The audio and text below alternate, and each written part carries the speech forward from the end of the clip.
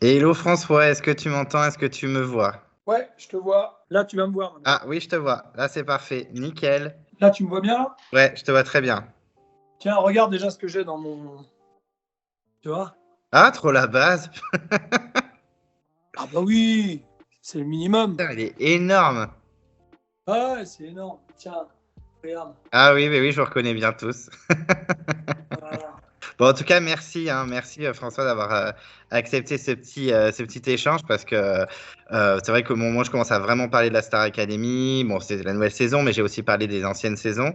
Moi, en plus, quand la Star Academy est arrivée, j'avais 13-14 ans, donc j'étais le public cible de cette émission. Hein, donc, j'ai beaucoup Ouais. regardé les premières saisons. Donc vraiment merci. Déjà, on va avoir de tes nouvelles. Je pense que ça fera plaisir à beaucoup de monde. En tout cas, moi, ça me fait plaisir d'avoir de tes nouvelles. Donc voilà. Donc vraiment merci pour ça et c'est adorable de ta part Ouais, d'accepter. ouais, super. Alors du coup, on Super. va commencer. Moi, ce que j'aimerais savoir, je ne sais pas si on te l'a beaucoup posé cette question depuis les 20 dernières années, c'est qui était vraiment François de 2001 avant que la Star Academy débarque dans ta vie. Quels étaient tes espoirs, quels étaient tes rêves? Tu étais voilà, dans quelles conditions dans ta tête avant de passer ce casting qui a un peu changé ta vie? Alors, moi, avant de faire la Star Academy, je travaillais en fait, je m'occupais de chorale. Hmm. Tu vois, j'avais des chorales. Hmm. Et les chorales que j'avais, euh, elles étaient, comment dirais-je, c'était plus qu'amateur. C'est-à-dire qu'en fait, moi, je connaissais rien à la musique, je connaissais que dalle, et j'ai eu la chance de faire une petite émission sur France 3. Hmm. Et puis il y a un monsieur de l'Opéra de Paris qui m'a repéré et qui m'a mis à me diriger des chorales. Il m'a dit bah, tu peux diriger des chorales, Hmm. tu peux le faire avec ta base, reste comme t'es, c'est bien, tu connais pas la musique, tu le fais avec ton dynamisme et tout. Ça suffit. Donc moi je me suis lancé là-dedans. Sauf qu'au bout de 5 ans, je commençais à avoir beaucoup d'élèves, mais comme je connaissais rien en musique, Hmm. bah ça devenait compliqué, tu vois. Ça Hmm. devenait super compliqué parce que j'étais autodidacte et que bah, j'ai aucune formation musicale du tout. La musique était juste un outil pour moi pour bien me sentir. Comme je chantais tout le temps, j'arrêtais pas de chanter. Hmm. Et à côté de ça, voilà. Donc j'ai dit à des élèves que je voulais m'inscrire. Je voulais partir à New York une semaine pour faire un stage de chant, de danse, tout ça, sans trop y croire, mais je me suis dit pour apprendre des choses, quoi. Parce que Hmm. là, si je m'occupe, si j'ai l'opportunité de faire ce métier-là toute ma vie, vaut mieux que je me donne les moyens. Hmm. Et voilà. Donc ça, c'était avant, comment j'étais avant de partir au château. J'étais dans cette dynamique de vouloir apprendre. Et je suis pas télévision en fait à la base, moi. Hmm. Je suis D'accord. pas du tout télé. Mais pas du tout. C'est-à-dire que je suis très Netflix et je regarde jamais la télévision. Il y avait le Loft, tu sais, il y avait Hmm. le Loft. Et Hmm. mes potes m'en parlaient tout le temps. Moi, je leur ai dit, moi, je fais la promesse que je ne regarderai jamais cette émission. Et j'ai jamais regardé le Loft. Jamais, jamais, jamais. Ah ben moi Et, j'étais la cible pile, hein, donc moi j'ai regardé hein, malheureusement le Loft. Mais, ouais. mais du coup, t'es allé à New York, t'as tenté ta chance ou la Star Academy est Non, venue plus tôt? non, non, parce qu'une élève m'a inscrit, j'ai dû dire ça au mois de juin, en fin d'année, quand la chorale c'est fini, pour reprendre l'année d'après, et puis j'ai une élève qui m'a inscrit. Hmm. Elle me dit, ouais, je t'ai inscrit à un jeu télévisé, tu vas recevoir un document d'inscription. Ah oui, donc toi, t'étais pas du tout tombé sur l'annonce, c'est quelqu'un qui t'a inscrit. Ah non, non, non, pas du tout. Non. Et Sans cette personne-là, je n'aurais jamais fait la Star Academy. Ah oui, donc bah, tu l'as peut-être toujours en contact avec cette personne? Je l'ai revu 10 ans après, mais après, Hmm. non. Là, Hmm. maintenant, elle a arrêté, ça fait 21 ans. Hmm, bah oui, Donc, oui, je sais. et mes élèves, ils tournent, quoi. Alors, il faut que tu saches qu'aujourd'hui, moi, je dirige 14 chorales, en fait. Hmm. Donc, je suis prof de 14 chorales. Je suis prof de chant, prof de piano, et je dirige des chorales dans les entreprises. Hmm. D'ailleurs, s'il y en a qui sont intéressés, je viens dans les entreprises et je les fais travailler. Et voilà, je vulgarise la musique, j'apprends la musique à monsieur, madame, tout le monde. Ça, c'est mon vrai métier. Ah Et oui, d'accord. voilà, ça, 50% c'est ça, et 50% je suis formateur. Hmm. Je travaille sur la gestion du stress, mais c'est lié avec la musique. Tu vois, j'ai fait de la PNL, programmation Ah oui. neurolinguistique. Voilà, je suis fan de l'analyse transactionnelle. J'adore le stoïcisme, j'adore le pouvoir du moment présent de écarteler. Je suis fan de tous ces trucs-là, mais ce qui est en lien avec mon métier. Donc des fois, je fais des formations que de ça. Je fais pas de musique. Et puis des fois, on me fait venir que pour de la musique. Donc voilà, j'ai ma boîte et je travaille pour moi. Voilà, c'est tout. Mais j'avais vu un petit peu, j'avais un peu fouillé ce que tu avais fait après la Star Academy. J'avais vu Chorus Line, toutes les Chorus chorales. Life. Chorus Life, pardon. Ouais. Et j'avais vu tout ça, j'avais vu tout ce que tu faisais. Ça, c'était vraiment un... Mais déjà, à la base, comme tu disais, tu dirigeais des chorales. Et je me rappelle même que c'était pas à Sarcelles, parce que je me souviens que quand t'as été éliminé, tu avais fait un petit message à ta chorale de Sarcelles. Je me rappelle de ça. Ouais, Chorale de Sarcelles. Sarcelles, j'ai travaillé là-bas pendant 17 ans. C'était une Et, superbe expérience, oui. Et quand ouais, donc du coup, quand tu es inscrit à cette émission, bah, tu sais pas du tout dans quoi tu vas mettre les pieds, je me doute, parce que bah, c'était la première saison, on avait eu que le Loft et koh qui étaient sortis. Il y avait eu Popstar, mais c'était différent. En plus, c'était pas du tout le même concept d'émission. Ouais. T'étais dans quelle expectative et comment se sont passés les castings qui devaient être un petit peu longs quand même? Alors au début, il faut savoir que au début, on était 100 000 à avoir posé notre candidature. Et qu'après, au fur et à mesure, on était 50 000, après 25 000, après 5 000. Tu vois, mais donc les castings, ça a duré 3 mois et demi de casting. Ça a été l'enfer, les castings. 3 mois et demi, on rentre dans ta vie. Qui tu es, ce que tu fais. Tiens, François, tu te donnes un cours là? Ouais, bah tu arrêtes ton cours. Que là, on va t'interviewer pendant 45 minutes au téléphone. Et du coup, j'avais prévenu mes élèves. Tu vois, je leur avais dit, non mais attendez, là pendant 45 minutes, ta vie elle est en suspens. Hein. Pendant 3 mois et demi, ma vie elle est en suspens. On est passé chez le psy, on a fait. Et au fur et à mesure, on m'appelait en me disant, bah tiens, vous êtes plus que 1000, plus que 500, entre guillemets. Hein. Ça s'est passé. Et après, bah, vous êtes plus que 100. Et quand on était 100, après, on est passé en tête à tête à la télévision. Et les gens votaient pour nous. Ah oui, ça je me rappelle pas du tout. Ouais, bah oui, c'était en tête. Je suis tombé contre un Londonien, quelqu'un qui était à Londres. Et je suis tombé contre lui. Et ben voilà, donc il y avait un petit tableau, ils étaient venus filmer à la maison. Et puis on a fait il y avait un petit descriptif de notre vie, puis les gens votaient. Et après, bah, j'ai été le gagnant et Nico se dit François, ah. Donc on s'est retrouvés là. On m'a appelé, on m'a dit bon, bah, vous êtes 50 maintenant. Donc que moi, quand je vais là-bas, si tu veux, d'abord, je suis complètement immature, en étant le plus vieux, parce qu'il n'y a pas d'âge pour être immature. J'ai la blessure d'abandon, la blessure de rejet. Je suis égocentrique, donc j'ai un besoin existentiel qui est énorme. Et je suis inconscient de tout ça. Donc je suis le plus heureux du monde, et comme je suis un idéaliste, je chante, je vais voir tout le monde. D'ailleurs, pour le casting, je suis pris pour ça. Parce que pendant que les gens ils attendaient, moi je les faisais tous chanter en fait. Tu vois, je faisais mon prof de chorale en fait. Oui. On fait Happy Day, on chante et tout. Non. On se moquait des gens qui étaient aux toilettes. Après, ils sont où? Ouais, venez, on va tous chanter. Là. Ils descendaient, ils sortaient des toilettes, on se mettait tous à chanter. Enfin, on faisait des... Si tu veux, moi j'étais plus dans l'esprit animateur de colonie. Je comprends. Tu vois, je suis pas du tout dans le showbiz, je connais pas ce truc-là en fait.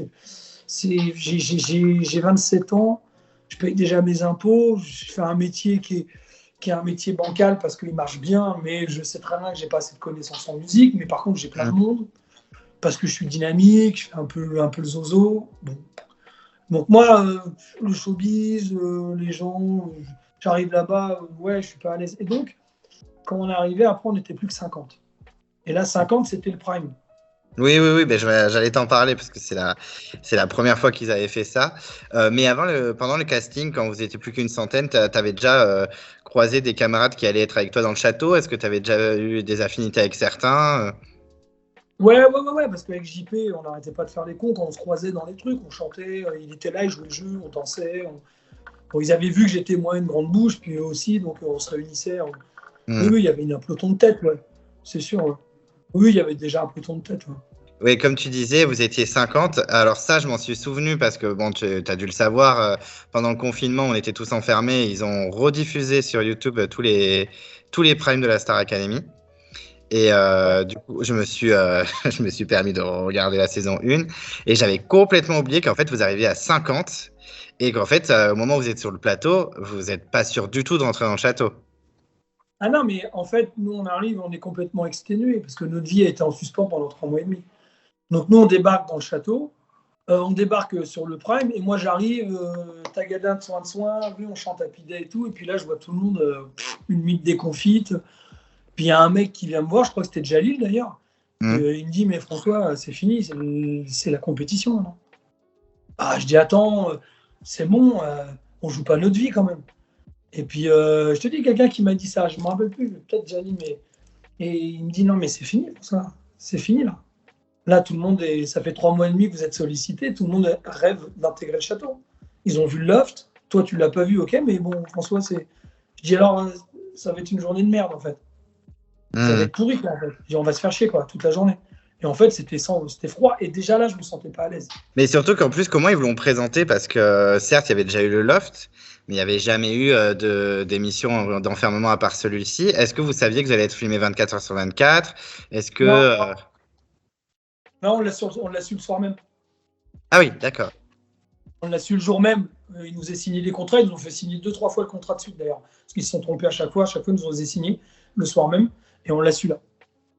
Parce que moi, j'avais vu des interviews d'Olivia Ruse qui avait beaucoup témoigné, parce que c'est vrai qu'elle a pas vécu une superbe expérience de cette émission. Et elle disait ben, que justement, la production leur avait dit, bon, bah voilà, ce sera pas une émission trash à la Love Story, etc. Et je voulais juste, moi, savoir si vous étiez pas en fait au courant du tout que ça allait être du 24 sur 24 et un même Non, format que le Loft, en fait. non, non, on l'a su le jour même. Vraiment, vraiment le jour même. Avant d'aller au Prime. Hein. Avant Oui. d'aller au Prime. Avant d'aller au Prime. Enfin, pendant le Prime, je veux dire, mais pas au château. On l'a su Mm. avant d'être pris. D'accord. Donc on est 50, moi je gère dans les coulisses, dans les trucs, je me dis putain. Et déjà je suis pas à l'aise, si tu veux, tu vois, il y a un truc qui me Mm. gêne. Je sens qu'il y a de la compète, je sens que tu vois, tout le monde joue sa vie, tout le monde. Je me dis purée de patate. Bon, je me dis bon, on verra bien. Et, et puis tout à coup, on est les 50. Et on est les 50.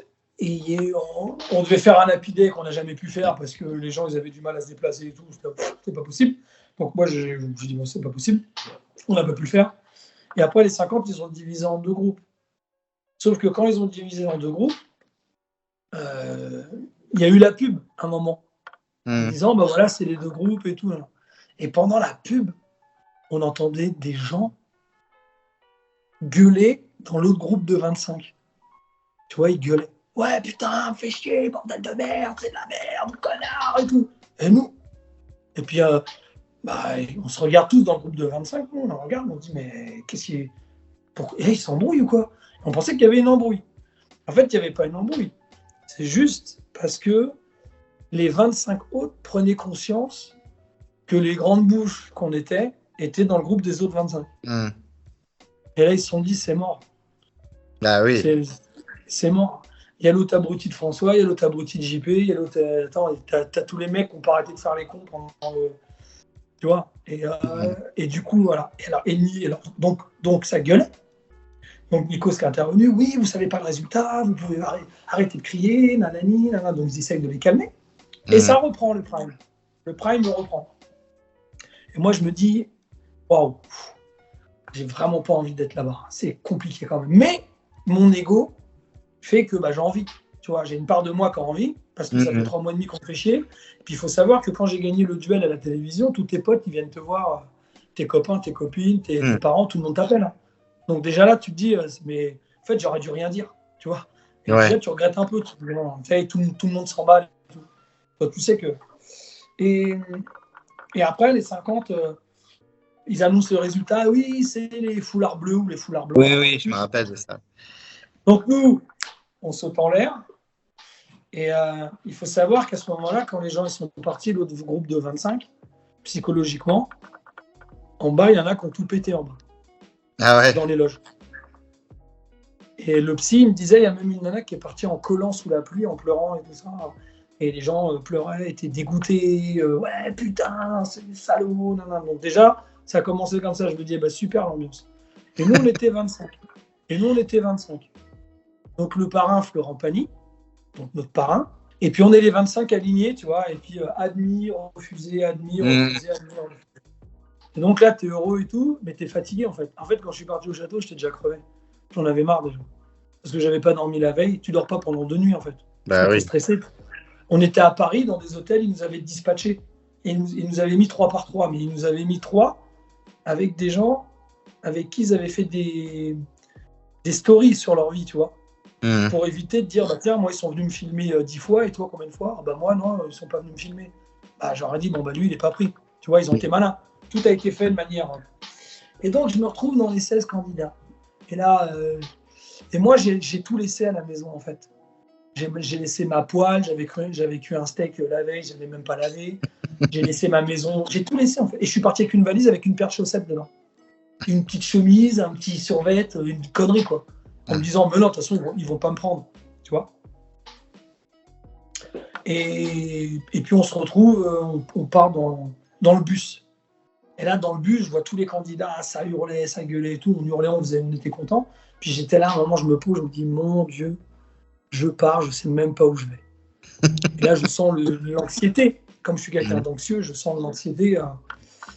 Et voilà. Et on arrive au château. Et quand on arrive au château, on nous dit, bon, il y a un petit problème. En fait, vous ne devez pas être 16 candidats, vous devez être 15. Mais oui, il devait y avoir une élimination de suite, en fait, à la base. Donc, il y aura une élimination de suite. Et comme moi, je suis lâche, eh ben, à un moment, ils nous font venir chacun notre tour. C'est pour commencer à foutre le bordel entre nous, tu vois. Ils nous font venir chacun notre tour. Et moi, je vois, il y a toutes nos photos, tu vois. Et moi, je dis, bah, moi, je prends ma photo, je vote pour moi. Parce qu'en fait, à ce moment-là, je voulais rentrer à la maison. Parce que j'étais pas bien, en fait. J'étais pas bien. J'étais vraiment pas bien. J'étais pas à l'aise du tout. Mais ça devait être très stressant parce qu'en plus, déjà, on ne sait pas si on rentre ou pas. Et puis, comme tu le dis, tu sais même pas où tu vas en fait, en vrai, parce qu'il n'y a jamais eu d'émission comme ça. Les gens qui pètent les plans. Tu sais pas, tu sens qu'ils sont pas organisés. Tu sens que c'est le bordel dans les cours, dans le planning, dans tout. Moi, j'arrive là-bas, je suis en surpoids. Ça fait 3 ans que je vis dans mon appart tout seul à faire la fiesta, yolé, à manger des raclettes avec les potes. Donc, du coup, laisse tomber, j'arrive, tu vois, je suis pas. Enfin, vraiment, je débarque là-bas, c'est une. En fait, j'ai pas fait l'armée, mais j'ai fait la Starac. Ouais, c'est un peu. Ah non, mais vraiment, j'ai pas fait l'armée, mais j'ai fait la Starac. Du coup, je me retrouve là-dedans, il faut te lever à 8h ou à 7h le matin. Et puis là, tu te retrouves dans une espèce de. Et puis c'est parti, quoi. Là tu as les groupes, les clans, tu sens qu'il y a un truc qui est bizarre. C'est plus. Moi, je me crois en colo. Donc je cours, je prends les oreillers, je tape sur tout le monde, je fais le con, je me fais remarquer, parce que moi, en plus, j'ai besoin d'être aimé. Donc pour être aimé, je fais des paris au billard à la con que je perds, mais je suis content de les perdre parce que ça me permet d'exister en tant que personne. Ils arrivent, ils ont 7 ans, 8 ans de moins que moi. Moi, à la fois, je suis immature, donc je pense des trucs, mais j'arrive pas à trouver les mots. Parce que je suis pas prêt, en fait. Tu vois, j'arrive là-dedans, tu vois, je sais plus où j'en suis. Et je suis complètement à l'ouest. Et puis, je suis de type zèbre. Donc, un zèbre, voilà, il analyse, il regarde, il comprend. Et là, je vois plein d'incohérences. Plein de trucs, des gens, des incohérences, des gens qui font croire qu'ils sont heureux mais qui sont pas heureux, des gens qui jouent leur vie. Je parle pas spécialement des candidats. Je parle des gens autour. Tu vois, tu sens que c'est une grosse machine en fait. Ah oui, Toi, tu crois que tu es en colonie, tu crois que tu es dans une colo, comme j'ai fait plein de colos dans ma vie, et en fait, tu sens que c'est une grosse machine qui se met en place, et que toi, tu es au milieu de tout ça, et que ça va être un bordel monstre. Et donc, mon eczéma, je commence à avoir de l'eczéma partout, sur moi en fait, parce que pas à l'aise. Donc voilà, donc il remodifie 2-3 fois le planning au début parce que c'est le bordel. Première semaine, je rentre assez fort parce que je me fais remarquer un peu artistiquement, et puis dans ma façon de faire le con et tout, un peu lourdingue. Le mec qui en fait 3 tonnes, mais ça c'est vrai de toute façon. J'en faisais 3 tonnes. Pour trouver ma place en fait. Je ne savais pas comment me positionner. Et quand je suis comme ça, je suis en phase de stress et en process communication, les empathiques, bah, ils en font 3 tonnes, ils surjouent pour exister en tant qu'individu, quoi. Parce que Mmh. tu as une gamine de 18 ans, une de 19, tu te dis putain, c'est chaud. Tu vois, tu te dis, bon, t'es là, t'es le plus vieux avec Grégory. Euh, et puis, bah voilà, et puis on commence le planning, puis ça, c'est dur, tu vois, faut te lever tôt le matin. Là, par contre, c'est une vraie formation. Mmh. C'est une vraie formation, tu sens que ça rigole pas, les cours de sport, Kamel Wally. Là, par contre, oui. Là, c'était nickel, ça, il n'y a rien à dire, parce que là, Kamel, il te fait bosser. Tu vois, c'était top. Puis du coup, tu vois, tu commences un petit peu à prendre le rythme. Mmh. Et là, ça devient pas mal, mais tu sens qu'en parallèle, l'atout artistique, c'est pas la seule chose importante par rapport aux caméras, par rapport au fait d'avoir la cote ou pas avoir la cote. Mmh. Tu vois, Clairement. tu sens que JP, bah, lui, il est là, mais il sait pas pourquoi il est là, donc il fait le con. Voilà. Et tu vois, comme il fait le con, il est pas très bien parce que du coup, bah, il se sent pas à l'aise. C'est pour ça qu'à un moment, il s'est barré. Et du coup, tu sens que ça marche, ça, en fait. Tu te dis, mais en fait, c'est ça qu'il faut faire. Et toi, tu as du mal à le faire parce que dans la vie de tous les jours, je le fais. Mais là, je ne suis pas à l'aise en fait pour le faire parce que je sens tous les intérêts qu'il y a. Mmh. Et voilà. Et après, en fonction des places qu'on trouve, dans le château, là, la direction, la production commence à avoir bah, les gens qui vont être plus mis en avant, les chouchous, les gens qui commencent à être idolâtrés par le public. Donc, et là, tout à coup, ça se met en place. Et toi, tu crois que bah c'est comme ça, c'est filmé, puis on est tous comme on est, alors qu'en vérité, non. Après, on va commencer à filmer des parties de toi. Si tu bailles, on peut te filmer qu'en train de bailler, et tu peux passer pour le fatigué du château. Mmh. Bien sûr. Tu comprends? Tu Mmh. racontes une histoire, une nana raconte une histoire de cul, on va dire, elle, c'est une chaudasse. Ah bah, Mmh. on va la faire passer pour une chaudasse. Lui, on va le faire passer pour un abruti. Lui, et là, ça devient un jeu de film, de caméra, qui détermine ton identité. C'est pour ça qu'ils ne Mmh. veulent pas savoir l'image qu'on a de voir quand on parle au téléphone 1 minute, là. Oui. 2 minutes. Ils ne veulent pas savoir, on ne doit pas demander quelle image on a de voir. Parce qu'ils savent très bien que si on a le malheur de demander, l'autre, il va dire, mais t'es pris pour un abruti. Tu vois, par exemple, mais t'es pris, les gens, ils t'aiment pas. Ou les gens, ils t'adorent. Donc toi, tu vas grossir le trait. Du coup, tu vas plus être naturel. Ou tu Bien vas sûr. grossir, ou tu vas dégrossir le trait. Donc, tu vois, tu es dans un truc... tu vois, par exemple, dans les jeunes avec qui je suis parti au château, là, toute ma promo, il y en a qui avaient fait plein de castings avant. Oui. Tu vois. Donc moi qui n'avais pas fait de casting, je comprenais pas ce monde-là, en fait. Parce que Jessica et Karine, par exemple, on les a vus dans Popstar. Mais non, mais Karine, à un moment, elle me fait chanter une chanson. Je la chantais avec elle. Nanani. En fait, elle avait déjà négocié avec son agent pour qu'on puisse entendre la chanson au château, quoi. Ah Tu vois, et oui. ça, je l'ai appris après. Et moi, je chantais comme un con parce que je chantais, quoi. Tu vois. Mmh. En plus, comme j'y connaissais que dalle en musique, bah voilà, quoi. Parce que là-bas, il y avait des pianos et tout. Maintenant, je regrette. Maintenant que je joue au piano et tout, je me dis, waouh, ça aurait été bien. Mais je me dis, bon. Bon, voilà. Et donc, on est dans cette espèce d'aventure assez particulière. Et puis, on sent qu'il y a des choses qui se. Puis, à un moment, je dis à Cécile, Oui. qui est partie 10e. Je dis à Oui. Cécile, il faut qu'on fasse croire qu'il y a une histoire entre nous parce que je sens que c'est ce qu'il cherche et tout. Comme JP, ça commence à se rapprocher avec Jennifer, tu vois. Mmh. Je dis, il faut qu'on fasse croire qu'il y a une histoire d'amour. Sauf que elle, le problème, c'est qu'elle allait se marier. Ah. Et elle l'annonçait pendant un prime. Ouais. Elle allait se marier avec son copain, Mickey, d'ailleurs, que je salue. Et moi, je dis, non, vas-y, on fait croire et tout. Je dis, non, tu vas le regretter, Cécile. Je dis, franchement, je commence à comprendre comment ça se passe, tu vas te mordre les doigts. Et tu peux pas savoir à quel point s'en est mordu les doigts. Ils en ont fait des histoires de couple parce que bon, on avait Jean-Pascal et Jennifer, mais on avait Pseudo, Mario, Jessica, on avait Patrice et Olivia qui étaient selon les montages proches. Enfin, il y avait Ouais, que des trios, des duos comme ça, hein. ouais, bien sûr. Et pour revenir au tout début de l'aventure, tu disais oui, au début c'était nous qui éliminions, etc. Et c'est vrai ils ont décidé de ne pas éliminer tout de suite un candidat, mais il y en a deux qui sont sortis directement. Sauf que c'est pas les profs qui ont choisi qui c'est qui allait être nominé, c'est les camarades. Et donc on s'est retrouvé avec 4 Ouais. nominés, surtout avec Karine et Jalil par exemple, qui étaient sûrement les meilleurs de la promo, se sont retrouvés nominés dès le début de l'aventure. Comment vous avez Ouais. vécu ça? Parce que bah, c'était un peu comme le loft, du coup, vous devez vous nominer entre vous et on se retrouve avec Alors, 4 candidats nominés. alors quand donc on a choisi la photo, je reviens là-dessus, tu sais, quand on a choisi la photo, Mhm. Celle qui devait sortir, c'était Cécile. Parce qu'en fait, par hasard, Cécile, elle avait 13 votes contre elle. Oui, ça fait beaucoup. Ou 10 votes contre elle. Mais en tout cas, plus de la moitié avait voté contre elle. Tu vois. Et on était 2 ou 3 à avoir voté pour nous. Et d'ailleurs, il y a un chanteur qui est venu me voir qui m'a dit ouais, François, c'est bien et tout. Mais j'adore, en plus, le chanteur, il est marrant. Marc Lavoine et tout, c'était bon, voilà. Donc, c'est une petite parenthèse. Égotique, mais c'est une petite parenthèse. Et donc, du coup,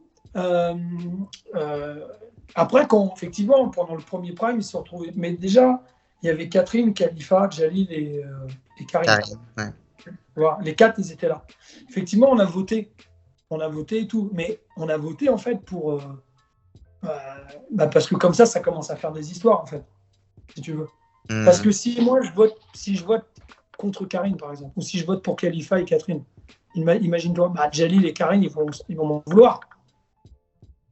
Tu comprends? Donc Bien l'ambiance, sûr. ouais, t'as voté contre nous, dadati, dadada. Donc ça commence un peu à foutre le bordel, ça, tu vois. Tu le sens. Là, bien sûr. Dit, je crois que j'ai dû voter. Moi, j'ai voté pour, je pense, pour Karine et puis Jalil. Après, j'avais moins d'affinité avec Khalifa, je ne connaissais pas assez, puis Catherine était effacée. Donc, Catherine, elle a quand même fait en l'espace d'une semaine. Elle se disputait avec Jean-Pascal. Elle était présente quand même. Oui, mais elle n'était pas à l'aise.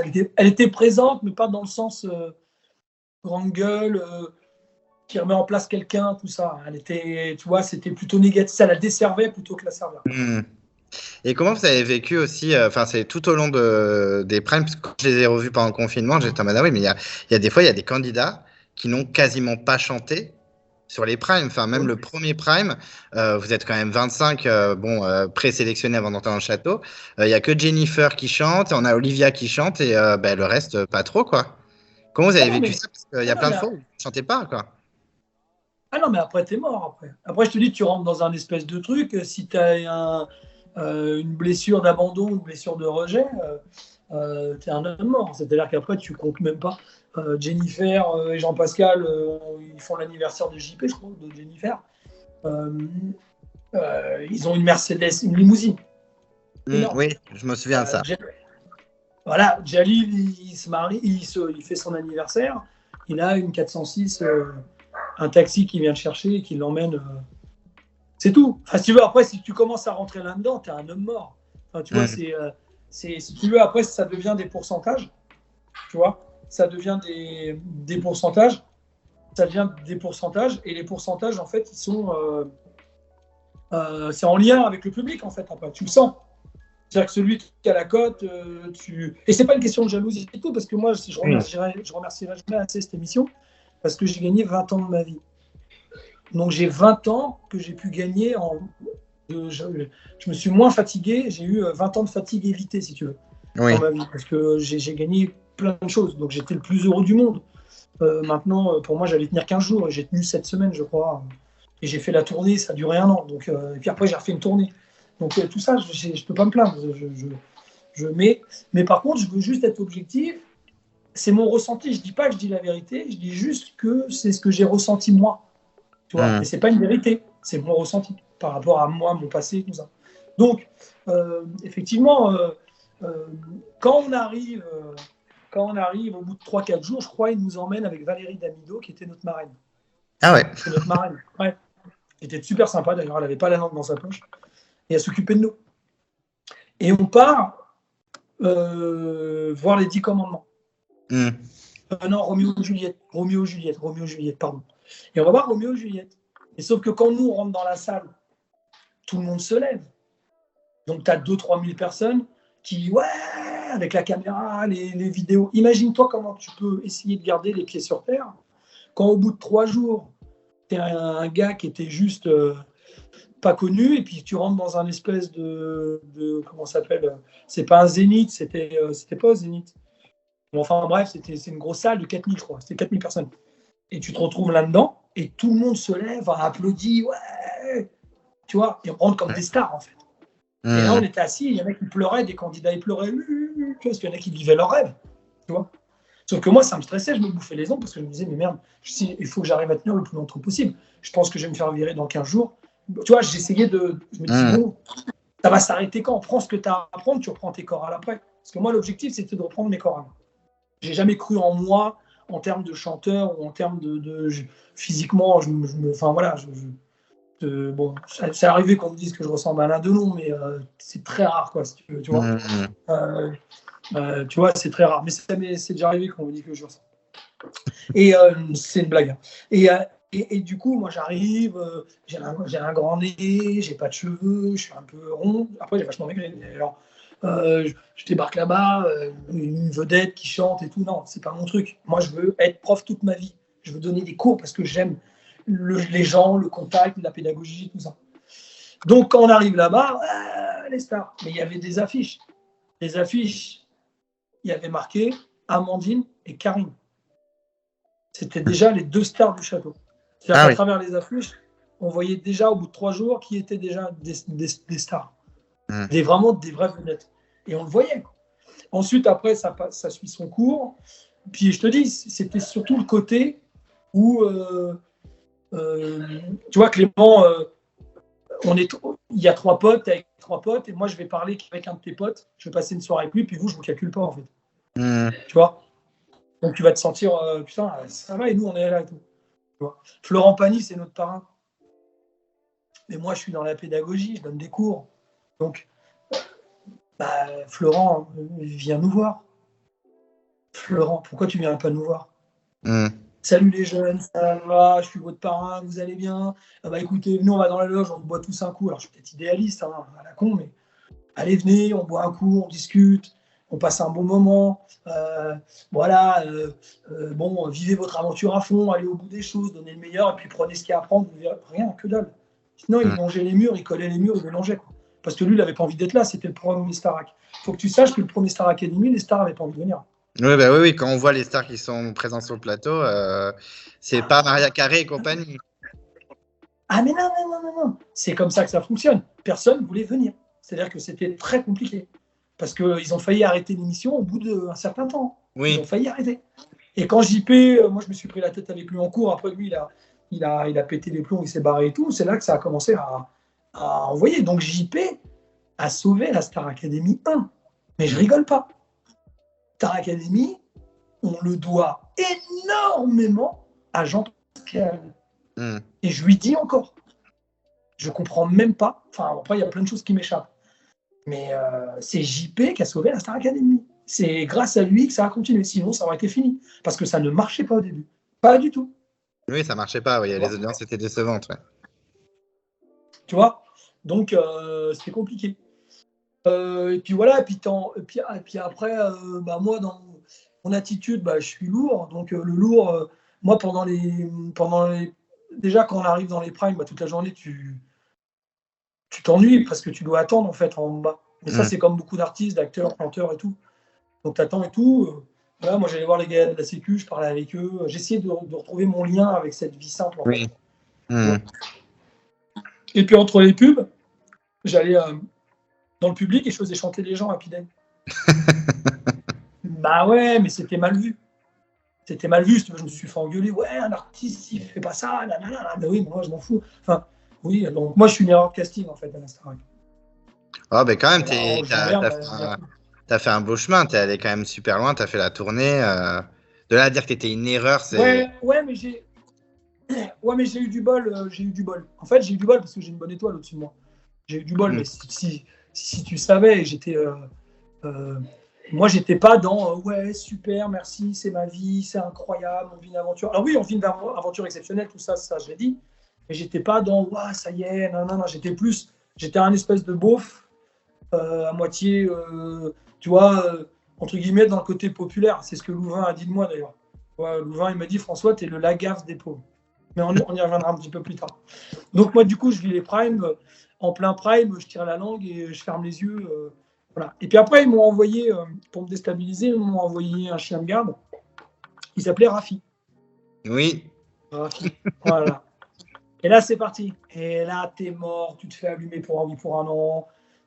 Alors, t'as des traits énervants. Je savais que je pouvais être énervant. Mais l'autre, elle arrive, elle enchaîne. Donc moi, ça me fait sortir de mes gonds. Ça. Et puis là, Rafi, elle joue le rôle, en fait, de ce qu'on lui dit. Voilà, lui, tac, tac. Et on sent qu'elle peut déstabiliser les élèves. Effectivement, elle me déstabilise beaucoup. Donc, je me sens pas à l'aise, quoi. Je suis pas. Tu veux, tu sens que t'es pas très bien. Et je te dis, le soir, quand on était voir Roméo et Juliette, là, je te dis, le premier soir, au bout de 3 jours, tu vois que c'est Karine et Amandine. Ensuite, Amandine, elle craque. Tu vois, elle n'en peut plus. Le soir du Prime, non, le soir de Roméo et Juliette, on va manger dans un resto. Et il faut que tu saches que là, c'est la misère sociale. On était à l'Étoile à Paris. Donc nous, on danse. Jean-Marie Bigard, qui vient à notre table, qui se met à nous raconter une histoire. Mais il était, on a pleuré de rire. Et après, il y avait des gens autour qui venaient nous donner des CD pour que nous, on les donne à Universal. Ah oui. Et je trouvais ça d'une tristesse, Clément. Je trouvais ça d'un pathétisme. Si tu veux, j'étais subjugué par tout ça. Je me disais, mon Dieu, mon Dieu, mon Dieu, mon Dieu. Et voilà, et donc nous, on passe une soirée, on se marre, et dans la soirée, ils analysaient ceux qui faisaient les cons, ceux qui étaient froids. Et là, Khalifa et Catherine, là, c'est là qu'ils ont, tu vois, comme ils étaient un peu en retrait, parce qu'ils étaient plus matures que nous, sûrement, bah c'est là, eux, ils vivaient l'aventure sérieuse, quoi. Tu vois, parce que c'est pas le fait de descendre des candidats. Si tu veux. Moi, je suis pas là pour descendre des candidats, parce que de manière bienveillante, descendre des gens, ça m'intéresse pas. Pourquoi ? Parce que c'est pas parce que tu as un comportement à la con que tu es un con dans la vie. C'est ton comportement qui fait que tu es un con. Tu vois, tu es con à ce moment-là. Tu es con dans une situation, mais ça veut pas dire que dans la vie, tu es con. Tu vois. Donc, je pars sur le principe que, tu vois, je peux pas dire, ouais, lui, c'est un connard, lui, il y en a qui se la pétaient. Il y en a qui se la pétaient un peu, tu vois. Mais ça restait correct. Tu vois, mais il y en a qui se la pétaient, qui étaient déjà arrivés. Tu avais Mario, qui reste Mario, mais qui était très italien dans la glace. Et il en jouait, tu vois, il y avait ce côté, je regarde dans les yeux, le mal dominant dans sa profondeur, tu vois.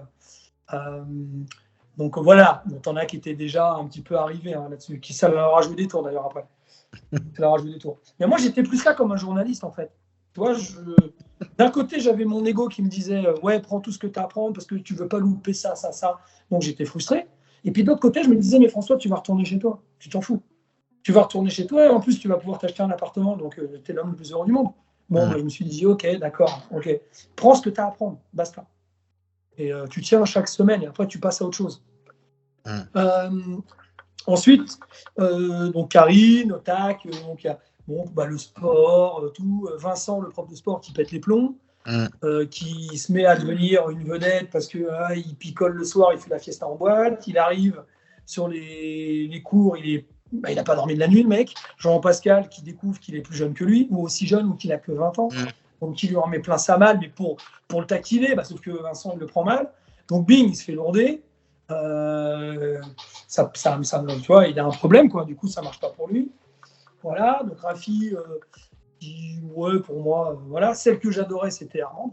Armande, c'était très le côté un peu narcissique, devant la glace, se pomponner, tout ça. Après, c'est une vraie technicienne. Ce que je regrette, c'est qu'aujourd'hui, en ayant pris des cours de chant, je comprends les exercices qu'elle nous faisait faire, mais j'aurais aimé que ce soit plus pédagogique. Mais c'était pas fait pour être pédagogique.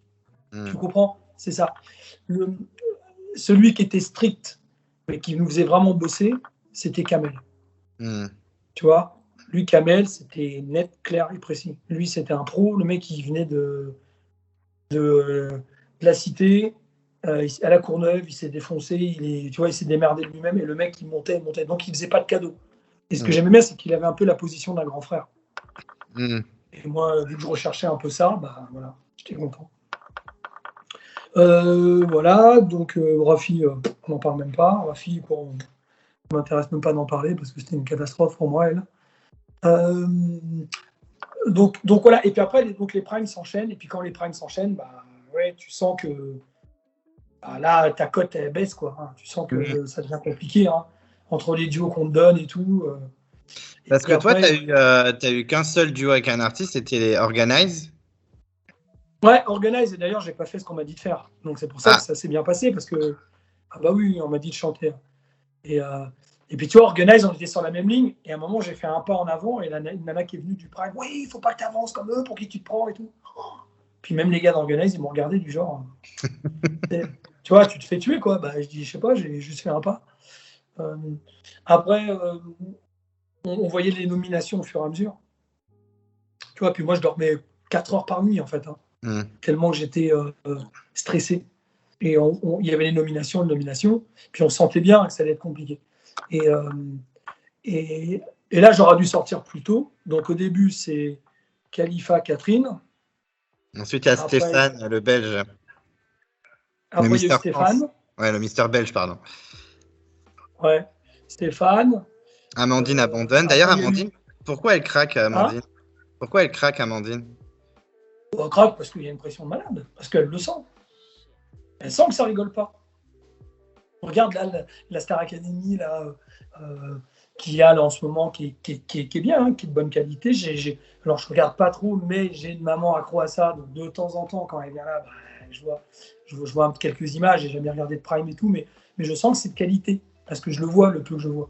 Mais au début, c'est l'euphorie. Tu as l'euphorie du groupe, l'euphorie. En fait, c'est l'ascenseur émotionnel. C'est l'ascenseur émotionnel. Donc, au début, tout le monde est excité. Nous, de l'extérieur, ça fait rêver. Mais une fois que tu es dedans, bah après, tu as le doigt dans l'engrenage. Tu te dis, bon, allez, on est 16. Bon, allez, on est 14. Bon, il y en a une qui abandonne. On est 13. Ah, un nominé. On est 10. Puis là, tu commences à dire, merde, oh là là, ouais, j'ai pas envie de partir. Nanana. Et plus tu montes, plus la chute, elle est vertigineuse. Tu vois ceux qui ont été virés avant le Prime, avant les 16, ils ont souffert. Ils ont souffert à peu près pendant... certains, ça a été 2 mois, d'autres 6 mois, donc 1 an, que j'ai recroisé, hein, pour s'en remettre. C'est le temps à peu près qu'il faut. Et bah, quand tu étais 16e, si tu partais, en fonction de ta personnalité, 16e, ceux qui sont partis les 2 premiers, ils l'ont extrêmement mal vécu. Bah, tu t'imagines, Clément, tu te fais virer du château et tu vois encore tes potes dans le château qui se vont faire une tournée, qui font des primes. Tu vois, regarde Oda d'une Star Academy, une certaine Oda.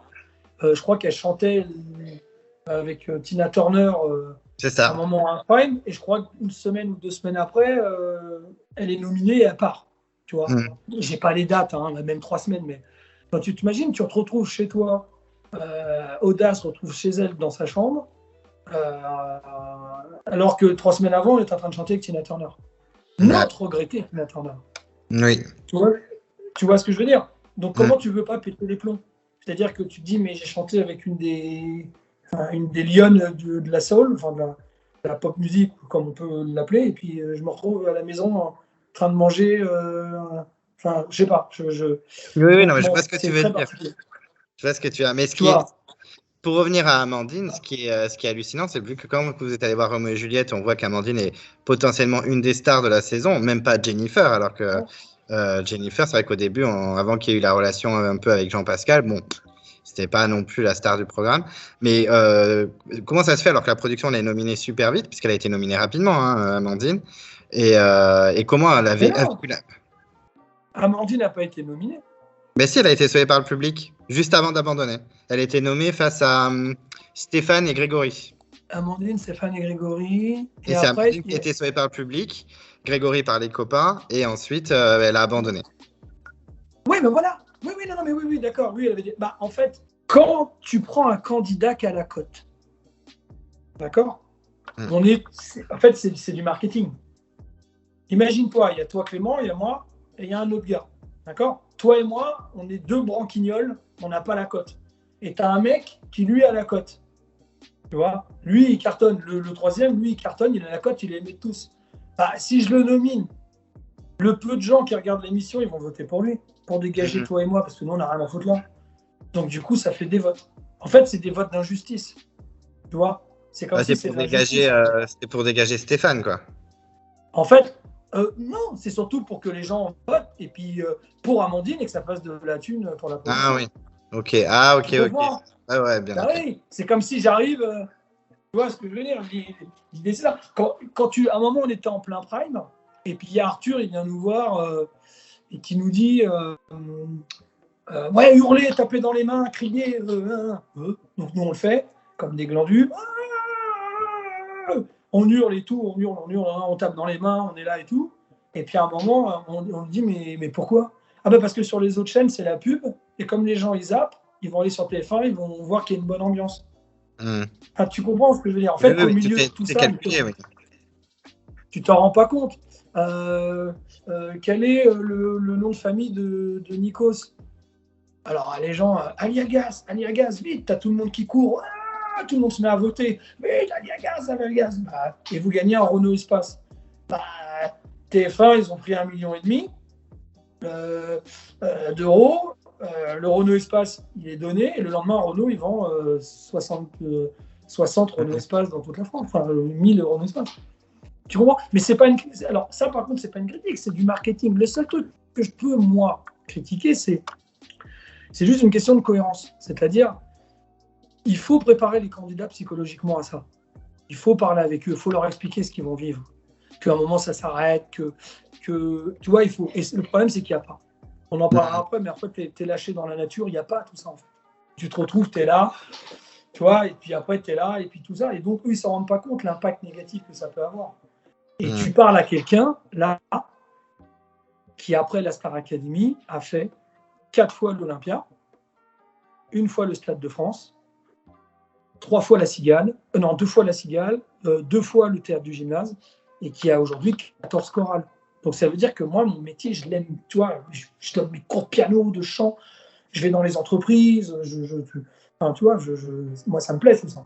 Donc c'est pas comme si, tu vois, et puis qui a gagné un peu de sous, qui a pu acheter un appart, et puis moi, j'ai tout mis dans un appart. Voilà, après, j'avais plus une thune, mais au moins, j'avais acheté mon appart. Parce qu'on a vendu des singles, tout ça. Donc, moi, c'était une aventure exceptionnelle. Hein, pour moi, c'était vraiment exceptionnel. Pour en revenir à ça, donc, Khalifa, Catherine, Amandine. Stéphane. Alors, Stéphane, Amandine, tu vois. Amandine. Après, donc là, on n'est plus que 12. Ouais, Grégory, ouais. Grégory et Cécile. Et non, la pauvre Sidonie. Ah oui, Grégory, Cécile. Sidonie. Cécile, et ensuite, c'est toi. Après, c'est moi. Ah bon? Bon, bah, je me rappelais plus de ça, tu vois. Donc, moi, je suis parti 8e, c'est ça? Ouais. Ah oui, donc je suis parti 8e. Bah, tu vois, je croyais que j'étais parti 9e. Donc, bref. Et donc, du coup, Cécile qui part. Mais Cécile, quand elle part, a fait partie des 10 derniers. Puisqu'elle est partie 9e. Sidonie 10e, je crois. Un truc comme ça. On sentait qu'elle était dégoûtée, hein, Cécile. Hein. Ah, mais non, mais tu t'imagines même pas. C'est une catastrophe. Et je lui avais dit, il faut qu'on fasse croire qu'il y a une histoire et tout. Mais moi, à mon avis, je devais tellement avoir une tête de nœud qu'elle a dû se dire, laisse tomber. Même pour faire semblant, je ne fais pas semblant avec toi. Bon, c'est pas grave. Mais en tout cas, ça, c'était drôle. Et donc, du coup, et là, on nous apprend qu'il va y avoir une tournée. Donc, il y a la tournée. Donc, bah, JP, lui, il pète les plombs. Alors, moi, je dois partir. Mais sauf qu'à un moment, il y a un des gars de la prod, il m'envoie un message. Il me dit non, tu sortiras pas cette semaine parce qu'ils ont personne pour pas de boogie-woogie avec Eddie Mitchell. Et c'est Mathieu Gonnet, tu vois, qui m'envoie ça, oui. Tu sais, qui m'écrit ça discret. Il me dit tiens, François et tout. Il me dit non, tu sors pas, t'inquiète pas cette semaine, parce qu'il n'y a pas de boogie-woogie avec Eddie Mitchell. T'inquiète pas, donc ils te gardent, parce qu'ils savent pas qu'ils peuvent la chanter, parce qu'il y avait Patrice, Jalil, c'était pas son style, il y avait Mario, c'était pas son genre, Jean-Pascal, bon, on n'en parle pas. Ils m'ont dit bon, tu feras pas de boogie-woogie. D'ailleurs, il est très aimable, Eddie Mitchell. Très aimable, c'est une catastrophe. Il a la gueule pendant tout le problème. Ceux qui ont été exceptionnels en tant qu'artistes pour moi, hein, qui se la jouent vraiment, vraiment super, c'est Catherine Lara. Ouais, elle a l'air cool.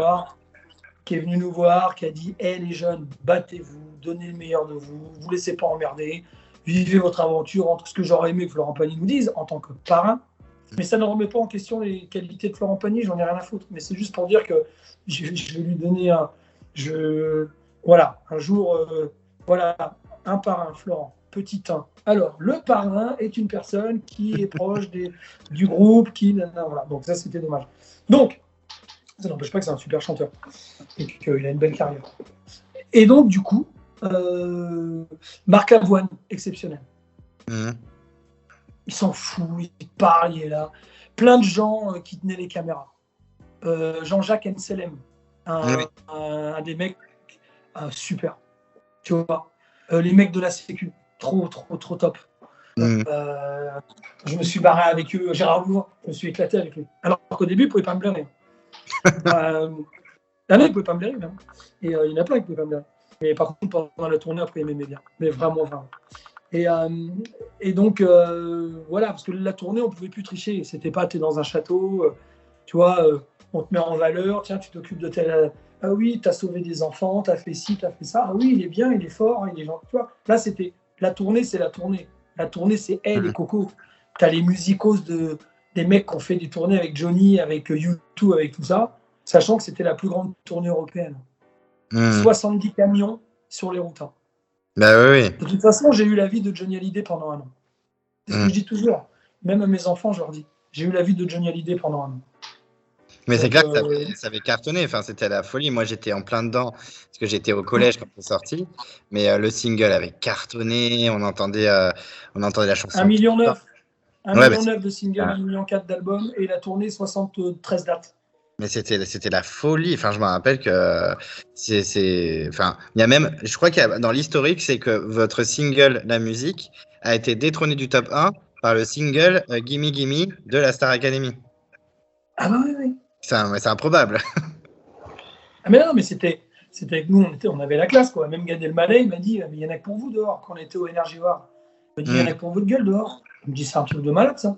Je dis, ah ouais, Gad, c'est ça la classe et tout. Il y avait Eric qui m'aurait dit, bon, enfin bref, tout ça c'est des aventures. À un moment, je me retrouve sur un pont à Cannes, tu sais, au Energy World.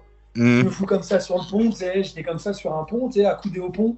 Puis t'as un espèce de mec qui arrive, tu sais, beau gosse, grand black et tout, le mec beau gosse, tout. Je me fous en face de lui comme ça, je le regarde.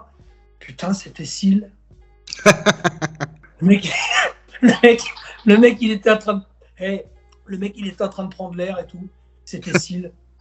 Et moi, je le regarde, je dis, mais c'est Seal. Je dis, c'est Seal. Il me dit, ouais, ça va et tout, tu vois, avec son accent et tout. Je dis, mon Dieu. Et après, c'était Niagara qui était DJ. Je rentre dans la soirée, Niagara, elle était DJ.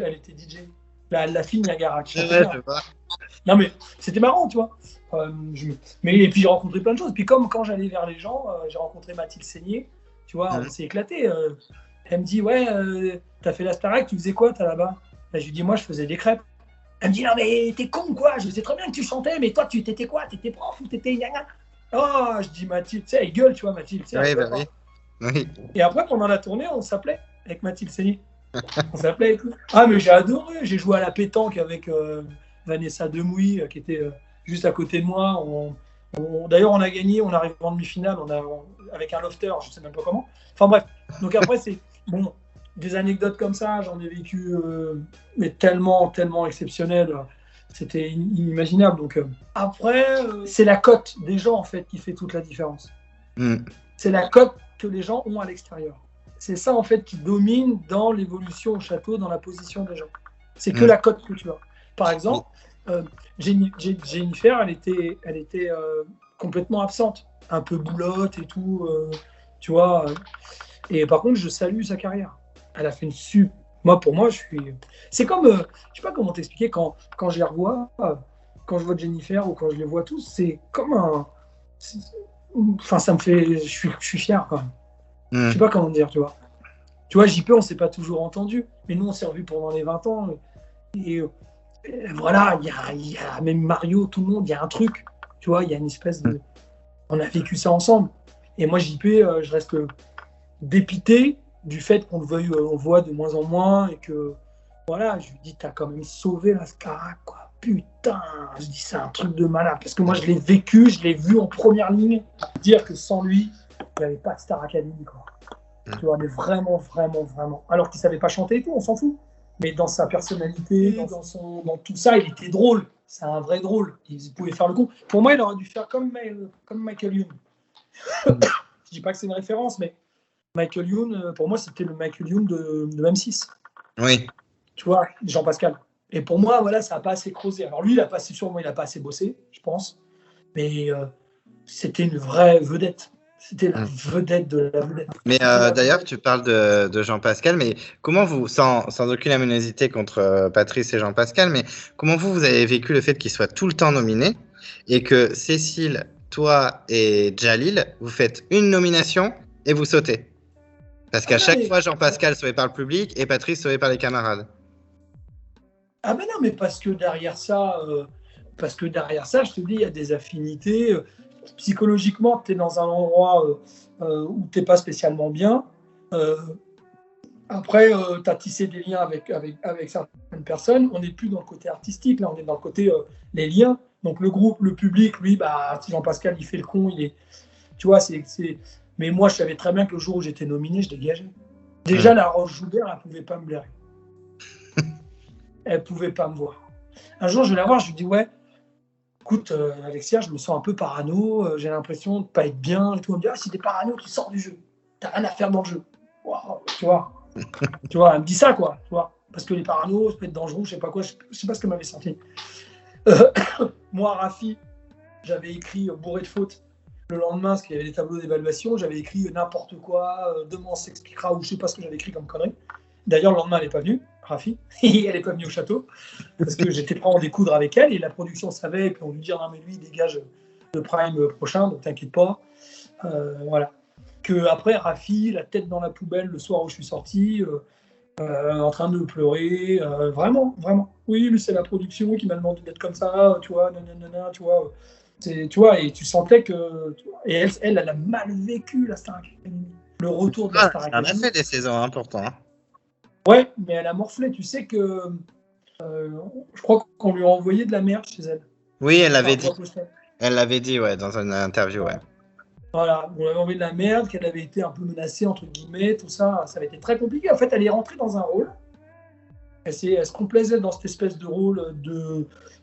Mais le problème, c'est que ça la desservait, quoi. C'est qu'à un moment, tu peux faire du mal une fois, deux fois, trois fois, puis à un moment, c'est injuste.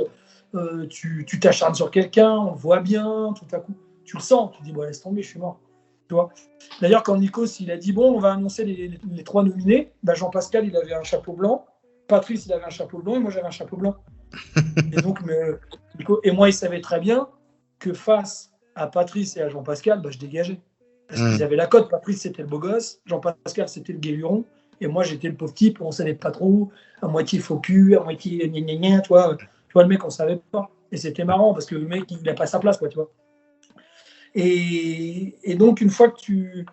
Voilà. Et puis, un soir, la carrière de Karine s'arrête. Net. Un soir, sa carrière s'arrête net. Bing. Alors, Jessica, torturée à mort, ouais, un peu vulgairose, qui se donne un genre, mais gentille, avec un grand cœur. Mais bon, Jessica, c'est un peu compliqué pour elle. Là, en ce moment, enfin, c'est compliqué, mais voilà, mais une gamine chic, mais un peu paumée, tu vois. Mi-racaille, mi-policière, je veux m'affirmer, adorable comme tout.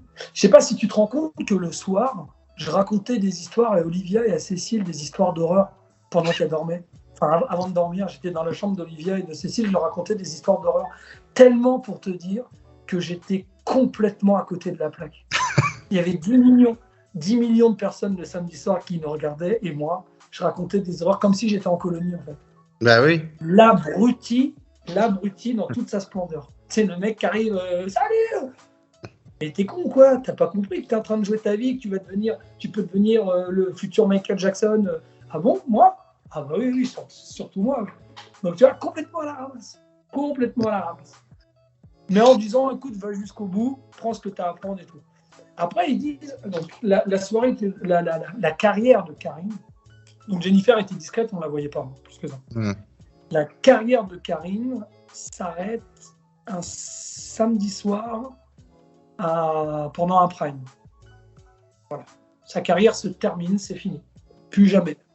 Qu'est-ce qui s'est passé? Ce qui s'est passé, c'est que Luc Plamondon, décide de prendre Karine dans Cindy. Mais j'allais t'en parler. Ah non, mais t'inquiète pas, mais moi, tu sais, tranquille. Hein. Moi, aujourd'hui, j'en parle avec du recul. Hein.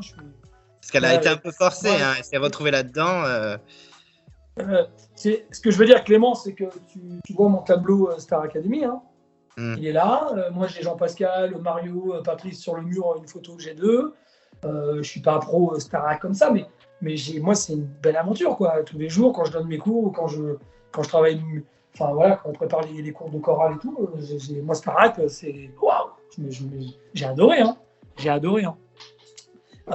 Donc, la carrière de Plamondon dit un soir, ouais, Karine, écoute, on te prend pour Cindy, avec Asia, avec l'âme, voilà. Donc, ok. Et nous, ouais, ça y est, t'es une star, tu vas te la péter, gna gna gna. Je me rappelle au Prime, on l'avait vanné et tout. Et elle, oh merci, oh, non, non, non, je suis pris dans la comédie musicale. D'accord. Mais Plamondon, il n'a pas pris n'importe qui. Il a pris quelqu'un qui, ok, Karine, elle a une voix, il n'y a rien à remettre en question là-dessus. Mais il a pris quelqu'un qui avait la cote au château, qui était quasiment la numéro 1. Moi, je pensais qu'elle allait gagner. Hein. Je pensais qu'elle allait gagner. Quand elle a été éliminée face à Jennifer, j'étais choqué. Non, c'est Karine qui... Karine devait gagner. Après, TF1 a voulu faire gagner Jean-Pascal et Universal s'y est opposé. Tu vois, ils ont s'y opposé. Mais Karine, elle avait gagné Star Academy. C'était fini. C'est-à-dire que c'était terminé. Les dés étaient lancés, elle avait une cote d'enfer, une voix, un prime, belle nana et tout, tu vois. Et Jennifer, plus discrète. Mais j'apprécie beaucoup Jennifer parce qu'elle c'était une enfant, quoi. Tu vois, elle était mignonne. Et donc Plamondon dit, je te prends pour Cindy. Donc Universal, ils se sont dit, pourquoi tu veux qu'on se fasse chier dans les paramètres de la Star Academy, pourquoi tu veux qu'on se fasse chier à faire gagner Karine, puisqu'elle est déjà produite par Universal pour la comédie musicale. Et à ce moment-là, il y a eu Harley Davidson avec Jennifer et tout, et Jennifer, et puis l'histoire avec Jean-Pascal et tout. Enfin, tu vois, il y a eu tout ça. Après, c'est pas la bonne chronologie. Hein. Je suis pas. C'était il y a 21 ans. Je me rappelle pas l'ordre. Hein. Mais voilà, je me rappelle de ce qui s'est passé, mais de l'ordre. Et du coup, ils s'y sont dit. Donc, Jean-Pascal, lui, avec Jennifer, Harley Davidson, et là, Jennifer, ce soir-là, elle cartonne. Je me souviens. Non, mais attends, mais nous, on est tous tombés amoureux d'elle. Mais c'est un truc de ouf. C'est-à-dire que la nana, on la découvre, mais trop belle, quoi. Tu vois. Et là, wow, la meuf, comment elle est bien et tout. Sauf que Karine, elle, moi, c'est pas grave, j'ai ma comédie musicale, je suis pris et tout. Et donc, ça avance. Sauf qu'après moi, je sors. Après, il y a Jalil. Et après, il les vire par 4. Oui, c'était les demi-finales, ouais. Et là, c'est là où tu te dis, ah ouais, d'accord. Donc, à la fin, en fait, sur 14 primes, j'en ai fait 13. C'est pour ça que, tu vois, moi, je l'ai vécu l'aventure à fond. Je ne pouvais pas la vivre plus que ça. Tu vois. Et donc, après, il y a le truc. Jennifer m'assure de plus en plus.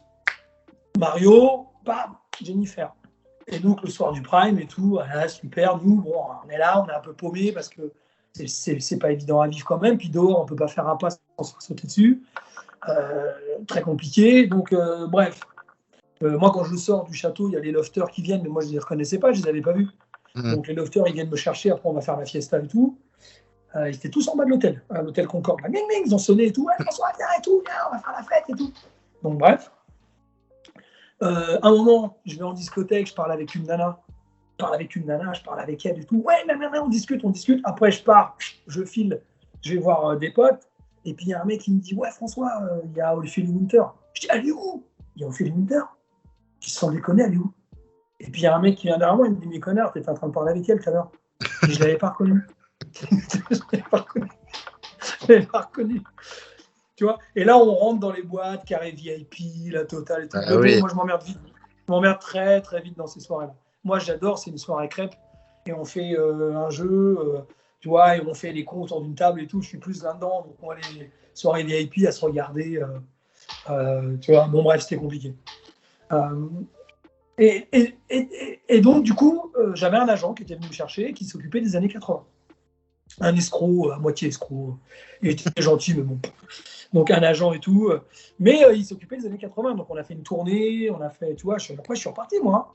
Tu sais, je me suis retapé une tournée après la tournée. Ah, donc, la tournée, c'est des restaurants à tomber dans les pommes. Voilà. Alors, ah oui, et puis, donc, je reviens sur Karine. On ne va pas tout mélanger. Donc, Karine, je fais des retours en avant, en arrière. D'accord. Ouais, Karine, elle est prise pour Cindy.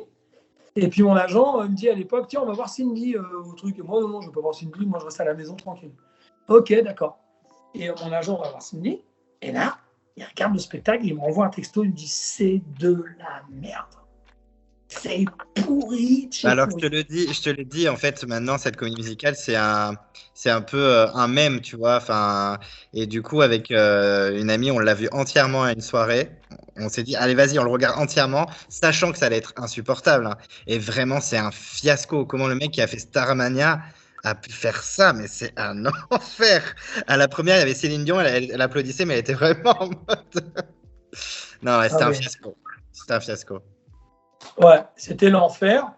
Et du coup, Karine, elle se retrouve le cul dans l'eau. Parce que du coup, la comédie musicale, donc elle est obligée, elle retourne en fait de l'échelle. Et puis Jennifer a gagné. Donc voilà comment Luc Plamondon a tué la carrière de Karine. C'est con, hein, mais c'est triste quoi. Enfin, Ah, moi, et, c'était ma préférée. Je voulais qu'elle gagne. J'étais choqué qu'elle gagne pas. Surtout ah qu'en mais plus, non, mais c'était Karine. C'était Karine. Et je vais même te dire, pendant la tournée, on était avec JP en train de faire les cons, en train de discuter. Et à un moment, on entend gueuler derrière nous, tu vois.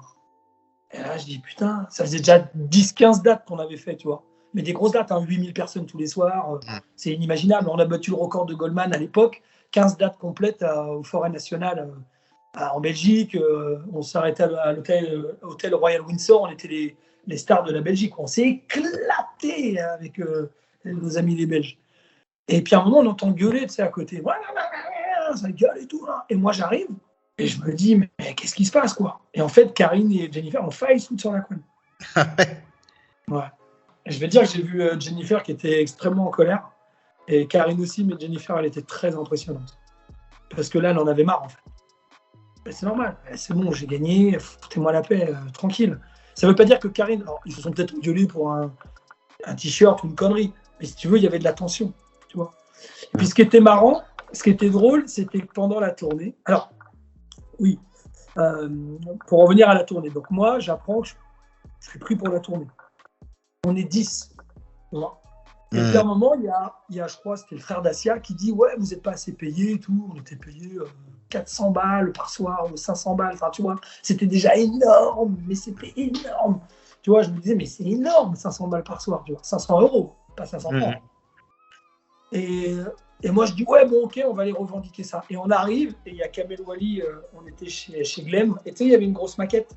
Elle monte à Louvain, il met la maquette et tout, tu vois, et il dit bon, bah voilà, ouais, nous on a un truc à dire, on n'est pas d'accord pour le salaire et tout. Mais Grégory, Jalil et moi, on n'avait pas la cote.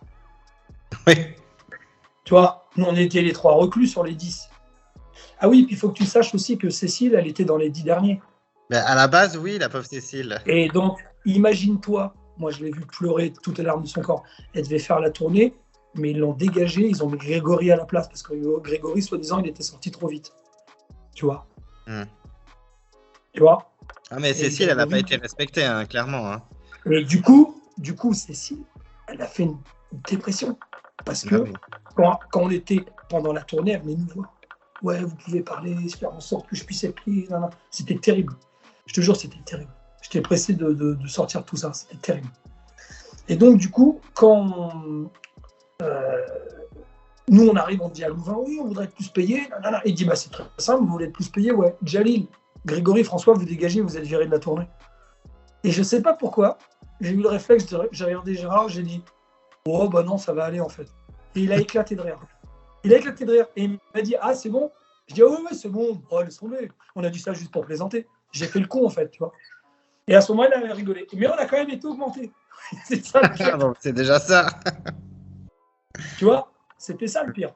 Tu vois, c'était ça le pire, c'est qu'on a quand même été augmenté, je crois. On est passé à 600 balles. Et donc, en plus, moi, j'étais intermittent du spectacle à l'époque, donc ça avait cartonné mes cachets, tu vois. Et on fait la tournée. Sauf que moi, quand j'arrive en tournée, ben moi, c'est mon terrain, la tournée. Parce que moi, je suis quelqu'un qui est sur le terrain tout le temps. Donc moi, j'adore. Je vais voir les techniciens, je prends des cours de piano, je commence à comprendre. Mathieu Gonnet, il m'explique des trucs. Je vais voir les guitaristes. Et moi, je note pour mes élèves en disant, je reprends la chorale au mois de septembre, donc je vais bosser. Pour moi, c'était un stage qu'on me payait, quoi, tu vois. Avec les meilleurs, parce que c'était la plus grande tournée européenne à l'époque. Et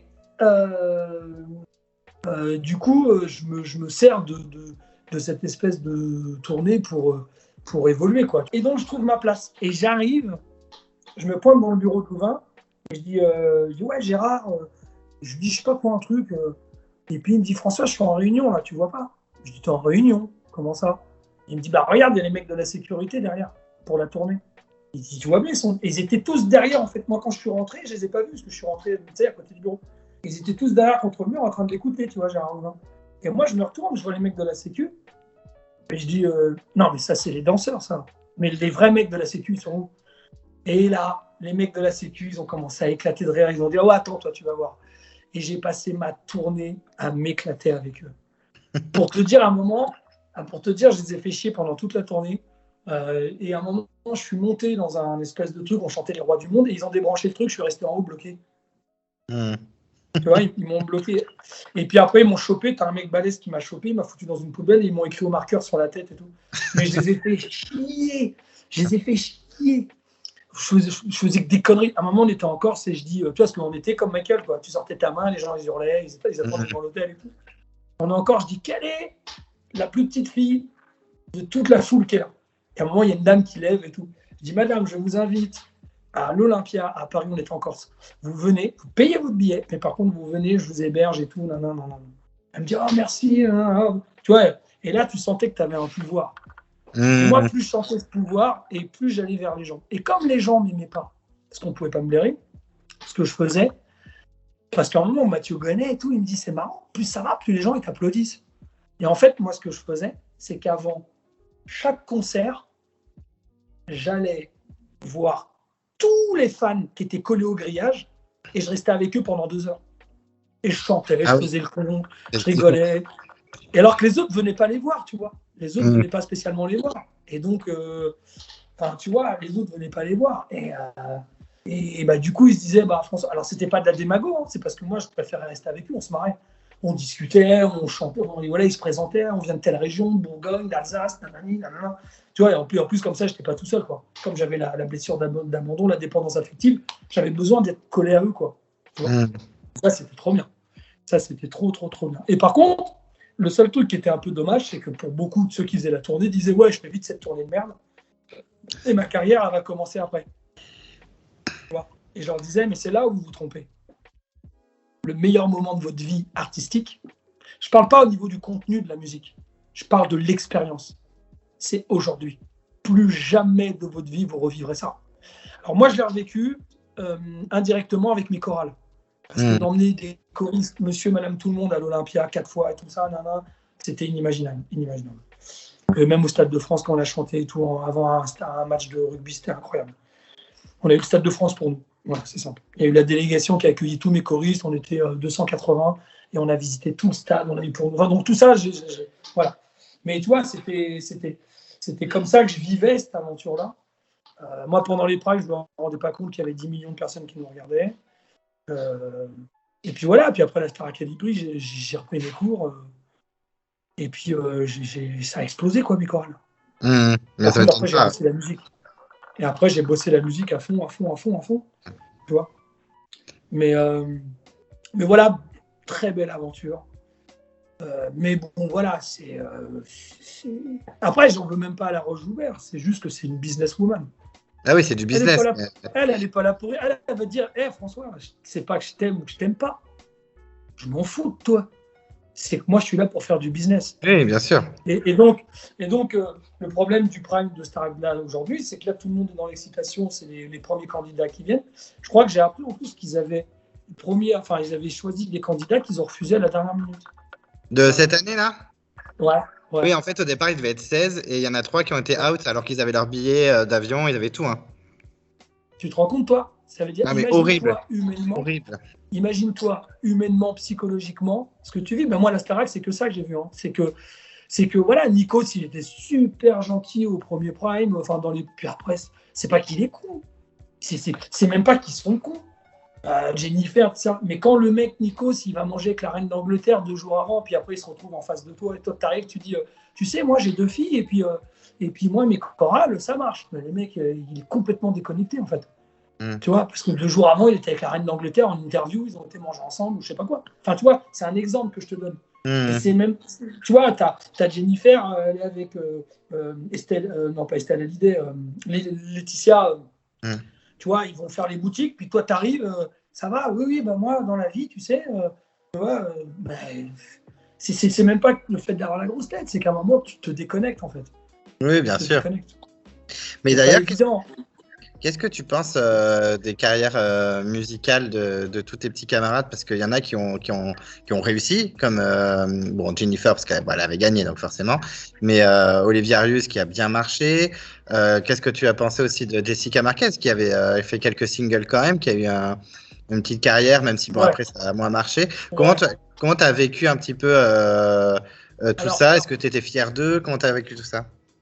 alors dans ceux qui ont vraiment marché, c'est effectivement, sincèrement, dans les gagnants de la Star Academy, euh, pour moi, il y a vraiment, dans les gagnants de la Star, de ceux que je connais, hein, je ne connais pas tout le monde, bien sûr, de ceux que j'ai eus, il y avait vraiment Olivia et Jennifer.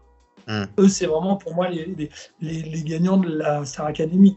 Tu vois, après, moi, je me sens gagnant, mais parce que moi, ça a été ma philosophie et ce vers quoi je me suis dirigé qui m'a permis d'être gagnant. Hmm. Tu vois, je ne sais pas comment t'expliquer. Je suis gagnant parce que je ne suis pas dans un milieu qui est trop gros. Je suis gagnant Oui. dans ma bulle.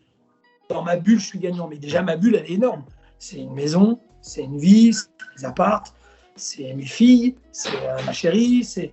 Tu vois, je suis déjà gagnant là-dedans. C'est mon métier, c'est tout ça. Mais par contre, si tu me mets, est-ce que tu es gagnant dans le monde du show business? Ah bah non, moi je suis une catastrophe. J'ai même pas fait 10 mètres. Tu vois, Hmm. mais je suis gagnant dans ma vie en fait. Tu vois, moi je Hmm. suis. Tu vois, j'ai tout gagné en fait. Tout, tout, tout, tout, tout. Donc voilà. Et maintenant, au niveau de la carrière, bah, moi, la femme chocolat, j'ai adoré. Je l'ai écouté tout un été. Hmm. Quand Jennifer a sorti Au Soleil, quand je l'ai dans la tête, c'est mort. Rien que le fait de te l'avoir dit, là, je vais la chanter au moins pendant 10 minutes après. J'ai vécu. Tu vois, tu comprends ce que je veux dire? C'est que c'est toujours la même chose en fait. Ça dépend ce que tu attends.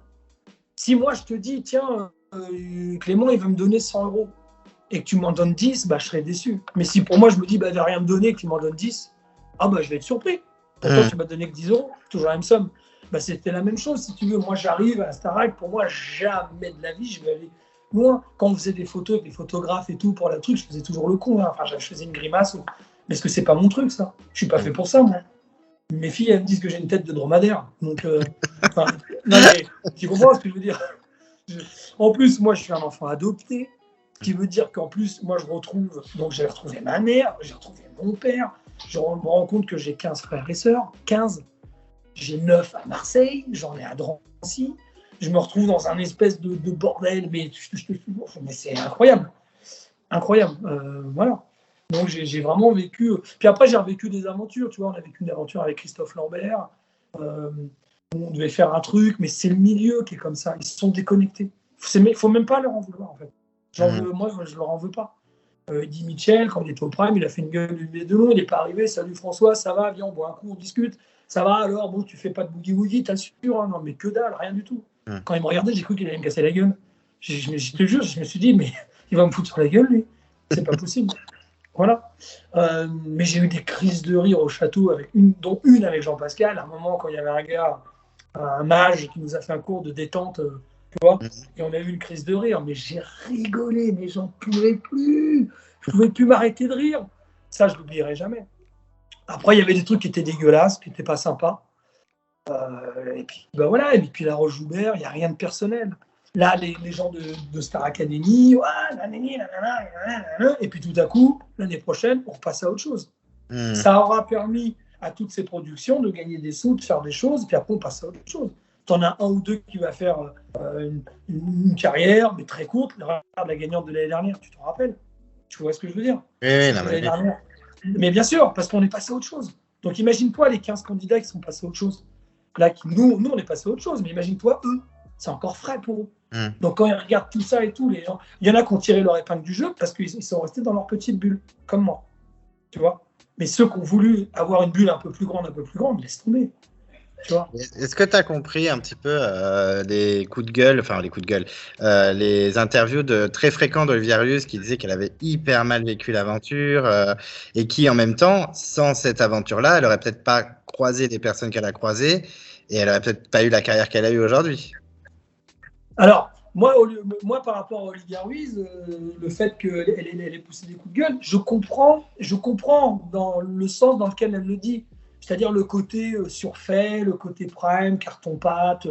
Euh, tu vois, mise en valeur de candidats, moins d'autres. Tu vois, il y a tout ça. Elle, ce qui fait qu'Olivia Ruiz, elle a réussi à tirer son épingle du jeu, attention, hein, c'est pas spécialement l'aura qu'elle avait, c'est ses compétences artistiques. Tu vois, c'est une vraie artiste, elle. Elle, c'est une Zazie, je sais pas, alors, je sais pas si Zazie, je peux me faire, tu vois, elle, c'est la nana. Tiens, merde, putain, la nana, elle est forte, quoi. En fait, elle est bien, elle. Hein. Ah ouais, elle a un univers, elle a tout ça. Donc, si tu veux, elle, qu'elle ait été connue par la Star Academy, le tremplin, oui, ça là-dessus, moi, j'ai aucun problème. C'est pour ça que moi, je dirais, moi, c'est même pas des critiques, j'essaie d'être le plus objectif possible, de me rappeler des souvenirs que j'ai. C'est pas dire, moi, je te dirais jamais, c'est tous des salauds, c'est tous des cons. Non, c'est pas vrai. J'ai passé des très bons moments, c'est éclaté, mais c'est accepter les règles du jeu qui sont effectivement le business. C'est du business, c'est pas de l'artistique. Alors, il y a des primes, il y a tout, il y a une construction, mais la base, ça, c'est la forme, la construction. C'est le business. Si moi j'arrive, je me fous les doigts dans le nez, je pète, je m'habille à moitié à poil et que je cours partout et que j'ai 10 millions de personnes qui disent ah, on l'adore, on l'adore. Mais c'est mort, je passe devant tout le monde. Enfin, tu vois, c'est la loi de l'argent. On n'y peut rien. Et même les gens qui sont dedans, c'est pas parce que La Roche-Joubert ou qu'un Nikos, ils ont de l'argent, que ça marche pour eux, qu'ils sont plus heureux que nous. Tu vois, ça n'a rien à voir. Ça serait si c'était une question de bonheur, de posséder. On n'est pas ce qu'on possède. Tu sais, on dit derrière un convoi mortuaire, il n'y a pas de camion de déménagement. Quand tu pars de là, voilà. Tu ramènes pas tes fringues avec toi dans l'hôtel. Les seuls qui l'ont fait, c'est les Égyptiens. Ils se sont fait voler. C'est Denzel Washington qui le dit, ça ne vient pas de moi. Mais tu vois ce que je veux dire. Donc, moi, je suis dans toute cette philosophie-là. Et la PNL, l'analyse transactionnelle, je te dis, moi, j'avais plein de paix à faire avec moi-même. J'étais complètement à l'ouest. D'ailleurs, pour tous ceux qui auraient besoin, qui auraient envie de travailler sur eux, de bosser, bah, pas de problème, on bosse ensemble. Alors, tu vois, tu vas me dire, oui, c'est du business. Oui, c'est du business. Mais moi, c'est mon métier, c'est ma vie. Cours de piano avec une facilité extrême, une pédagogie adaptée à tout le monde, je peux les donner. Les cours de chant, c'est pareil, et je peux diriger des chorales. Et je fais de la formation sur le bien-être. Voilà. Et c'est mon boulot, donc c'est mon gagne-pain tous les jours. Donc, tu vois, moi, je suis dans ce que j'aime. Moi, quand je me lève le matin, je chante tout le temps. Je me lève, première chose, sport. Je fais mon sport. Bing, bing, bing, bing. Après, hop, je fais 1h30 de piano tous les jours. Des fois, je m'arrête de jouer, je me dis, mais t'imagines la chance que t'as, quoi. La chance que t'as. J'ai une salle de musique, j'ai une salle de sport, je suis pas riche, mais tu vois, j'ai aménagé les choses pour faire en sorte d'être bien. Voilà. Donc, moi, j'en veux à personne. Après, le seul truc, ce que j'aime pas, c'est les incohérences. Quand c'est du business, c'est du business. Quand les gens me disent, oh, le pauvre, il chantait bien, ils l'ont viré et tout. Mais oui, ils l'ont viré, mais c'est du business, c'est tout. C'est du business. Moi, le côté bisounours, ouais, Florent Pagny ou n'importe qui vient nous voir, ça va, vous allez bien et tout. Voilà. T'as pas beaucoup d'artistes qui l'ont fait. Mais ils sont pas là pour ça. Déjà, les mecs qui se disent, mais attends, tu vois, moi, je suis comme ça. Donc, c'est pour ça que ça marche dans ma vie. Tu vois, j'ai mes 14 chorales, je suis à la Société Générale, je suis chez Valeo, je suis chez Manutan, je suis dans des belles boîtes, tu vois, même à la fac de pharmacie de Paris, je donne des cours là-bas. Mais parce que moi, j'aime les gens. Je dis pas qu'ils n'aiment pas les gens, je dis juste que c'est du business. Tu vois, demain, je sors un single. D'ailleurs, j'ai écrit des chansons pour enfants et que, tu vois, je sors d'un concert dans les écoles. J'ai fait dans les écoles, fait chanter 450 enfants pendant 3 mois. Et après, on a fait un gros concert dans la cour d'école et tout. Et c'est des chansons que j'ai écrites, tu vois. Mais voilà. Mais c'est tout. Je ne gagnerai pas de thunes avec ces. On me paye pour mes cours, mais je ne gagnerai pas d'argent avec mes chansons. Je m'en fous. Maintenant, si je mets le single, si je mets mon titre, Rêve en couleur, tu vois, qui est une très très belle chanson, et que tout à coup, j'ai 150 millions de vues, mais demain, j'ai La Roche-Joubert et Nikos qui vont m'appeler. C'est normal. Mais non, mais il n'y a pas de. Je vais arriver, je vais être tranquillement dans ma cuisine en train de faire des crêpes. Tout à coup, je vais entendre des rings. Je vais dire, qu'est-ce que c'est? Je vais arriver, je vais courir, je vais ouvrir la porte. Nikos, qu'est-ce que tu fais là? Ouais, bah écoute, François, on a vu que ça marchait pas trop mal. Est-ce que c'est des profiteurs? Est-ce que c'est pas des profiteurs? Non. Ils vont dire, tu représentes la Star Academy. Donc François, viens à un prime. Parce que tu as fait 150 millions de vues, c'est du jamais vu, et viens dans le prime. Et tu me verras le samedi d'après sur le prime. Tu comprends ce que je veux dire? C'est du business. D'ailleurs, tu as vu que des anciens étaient venus cette année-là. Il y avait un prime un peu en Oui, mode souvenir. Il y avait Mario, il y avait Houssine, Emma Domas. oui. Et puis tant mieux pour eux. Mais après, c'est le monde du disque. Le monde du disque, c'est compliqué. Il faut vendre, ça ne vend plus. C'est Hmm. compliqué. Tu comprends ce que je veux dire? Si tu n'as que ça, tu es mort. Si maintenant, c'est un plus. Moi, quand j'ai fait les 20 ans de la Star Academy, je me suis éclaté. Pourquoi? Parce que d'abord, j'ai retrouvé tout le monde. Et puis tout le monde est redescendu un peu. Et je me suis retrouvé à expliquer aux gens euh, que bah, moi, c'est un coup de pub énorme. Tu vois, quand je suis passé le samedi soir au Prime, mais laisse tomber. On m'a appelé, je suis parti après dans la France faire des formations. Voilà, moi, j'ai l'attitude de ce que je me comporte comme eux se comportent. Je pense Je qu'il y a comprends ce que tu veux dire. Mais moi, j'ai fait une tournée des années 80, je me suis éclaté. J'étais avec Plastique Bertrand, Jean-Pierre Madère, mais c'était des potes, on a rigolé. J'étais avec Jackie Quartz. Alors, ils vont dire, ouais, c'est des has-been et tout. Mais pour moi, il n'y a pas de has-been. C'est-à-dire que, oui, c'était des anciennes chansons, mais c'est les humains, l'humain. Hmm. Jackie Quartz, viens voir, quoi, assis-toi, explique-moi ce que tu as vécu dans ton aventure. J'ai eu la chance, t'imagines, inimaginable, de manger et d'avoir pour moi pendant 2 heures Chantal Goya, ma petite Chantal. Et elle m'a tout expliqué, tout. L'histoire Patrick Sébastien, la bombe dans le Zénith, tatati, sa carrière brisée. Et moi, j'aime ça, en fait. J'aime la vie des gens. C'est comme ça, tu vois. Et c'est ce qui se passe dans mes cours. Tu vois, et c'est ce qui fait que c'est pour ça que ça marche, parce que j'aime ça. Je suis plus dans ça. Moi, un prime, un truc, je suis malheureux, je me sens pas. Enfin, tu vois, c'est pas. Oui, c'est attiré, c'est l'ego, c'est égotique. Ouais, je suis sur le prime, t'as vu, on m'a vu à la télé. Mais à côté de ça, non. Non, tu vois, faire un espèce un truc beaucoup plus simple. Et c'est comme ça que je suis. J'essaie même pas de donner une bonne image ou pas. Je m'en fous. Je suis comme ça en fait. Donc c'est mon côté naturel. Je suis tellement nature avec les gens. Je leur dis, je suis libre depuis que je suis né. J'ai toujours été libre. Donc les codes, vos conneries, ça se dit pas, ça se dit, ça se fait pas. Moi, je rentre pas là-dedans. Tu vois. Mais ça m'empêche pas de respecter les gens. Tu vois. Ça m'empêche pas de respecter les gens. Mais voilà. Là, tu vois, là, je te parle. J'ai chanté au Pont des Finances à Bercy devant les ministres et puis la présidente euh, pas du Sénat, mais la présidente de l'Assemblée nationale.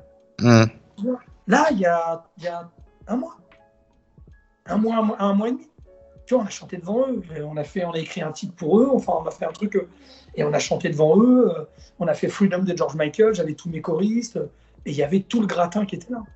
Ça, c'est ma vie aujourd'hui, tu vois, c'est mon truc. Et c'est pas fini parce que ça s'arrête pas de toute façon. Donc il n'y a pas que la vie à la télévision, mais le truc qui me fait mal au cœur, et si des gens de tes émissions de télévision veulent qu'on en discute, on le fera. D'ailleurs, si tu veux organiser un jour un truc, Clément, je me tiens à ta disposition. On peut faire des choses sympas. Pourquoi pas organiser une réunion à Paris une fois dans un resto avec tout le monde et on discute avec eux. Tu les convoques tous, voilà, et puis on en parle. Ouais, bah oui. Mais non, mais il y a plein de trucs à faire. Il y a plein de trucs à faire. Plein de trucs. Là, j'organise un dîner-spectacle tous les ans. On fait 500 couverts en 2 jours. Ça fait 15 ans que je fais ça. Ah oui, Et effectivement. j'ai une dizaine de musiciens et il y a tous les choristes qui viennent et qui font des solos, des duos, des trios. C'est magnifique, tu vois. C'est dans un corps de ferme magnifique et on fait 500 couverts, tu vois. On fait venir un traiteur et tout. Donc voilà, moi, ma vie, c'est ça en fait. C'est pas, je pourrais jamais être une star. Je suis pas une star. Je suis un glandu, moi. Je peux pas, moi. Moi, quand j'allais voir les gens du Nord, j'allais dans la foule, je parlais avec eux. Dans le Nord, on rigolait avec eux. Quand j'allais en Alsace, c'était pareil. Tu vois, je suis pas fait pour le showbiz. C'est pas mon truc. Tu vois. Tu vois, à un moment, Chantal Goya, elle me dit, ouais, tu veux rencontrer Jean-Jacques Debout. Je dis, ouais, pas de problème et tout. Je vais le voir et tout. Et je l'ai rencontré un soir. Mais il arrive, il était bourré, complètement bourré. J'ai parlé avec lui 1 minute, je suis parti. Non, mais je suis parti, je me suis tiré.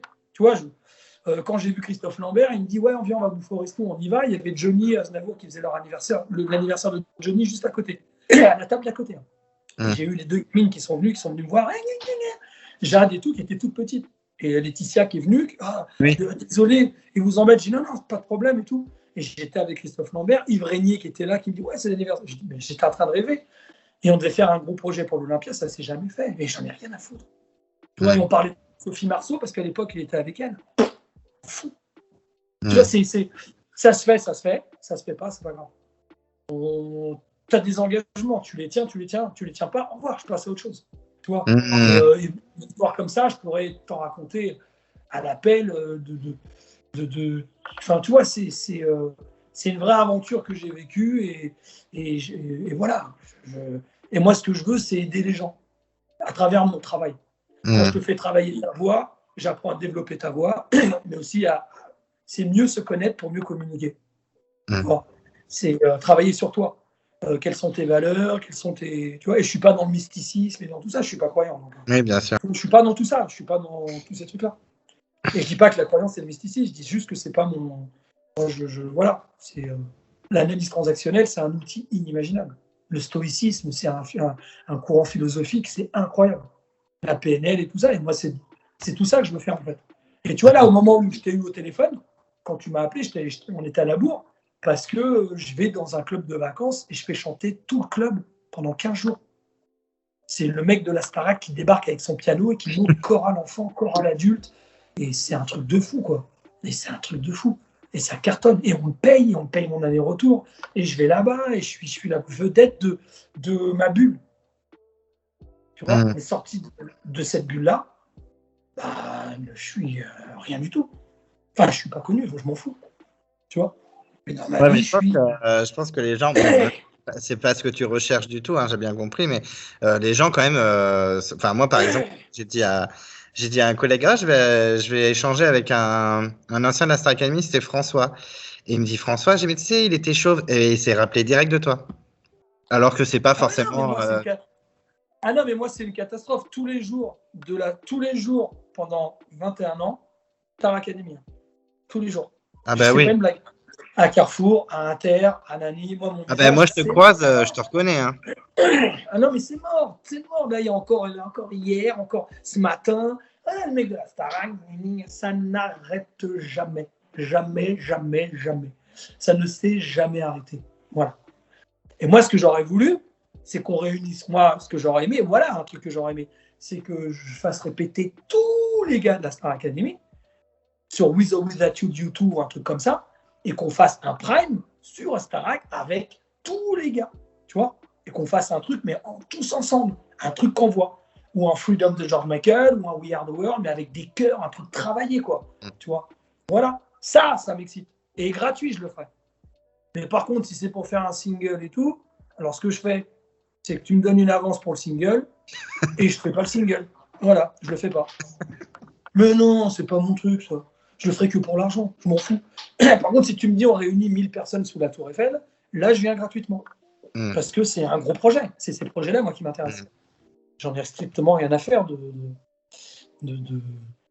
Enfin, c'est bizarre. C'est un sentiment étrange. Donc voilà. Et tu as encore des contacts avec des anciens, même des autres saisons, parce que je sais que vous êtes pas mal croisés.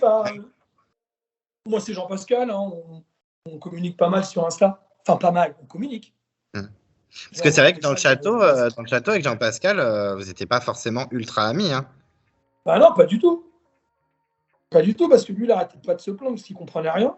Et puis, moi, j'étais complètement bloqué dans mon truc. Et puis, non, on ne s'entendait pas plus que ça, mais je savais qu'il était gentil quand même. Parce qu'après, pendant la tournée, on s'est éclaté. Il m'a vidé une bouteille de champagne sur la tête quand même. Un jour, je me suis énervé. Je lui ai dit, écoute, un jour, t'es gentil, un jour, t'es con. C'est quoi, je te parle plus. Je dis, tu commences à me saouler pendant la tournée. Et après, il est venu me voir avec un verre de grenadine. Il m'a dit, François, arrête de faire la gueule. Parce que moi, je ne bois pas d'alcool. Il m'a dit, tiens, je te file un verre de grenadine, allez, s'il te plaît. Et tout. Tu vois, mais il était gentil, il était touchant. Jean-Pascal, il est touchant. Bah, c'est pour ça qu'il avait touché le public, mais tu n'avais pas été choqué que Mario soit qualifié pour la finale, surtout à vraiment pas grand-chose au niveau du pourcentage. Enfin, moi qui avais 13 ans, j'étais en mode, ça sent un petit peu le trafic quand même. Enfin, étrange que Jean-Pascal ne passe pas en finale à vraiment pas grand-chose. Tu n'avais pas été surpris? Jean-Pascal ou Mario en finale? Parce que Jean-Pascal n'aille pas en finale à vraiment pas grand-chose en pourcentage. Ah mais non, mais Jean-Pascal devait gagner la Star Academy. C'était obligé que Jean-Pascal gagne la Star.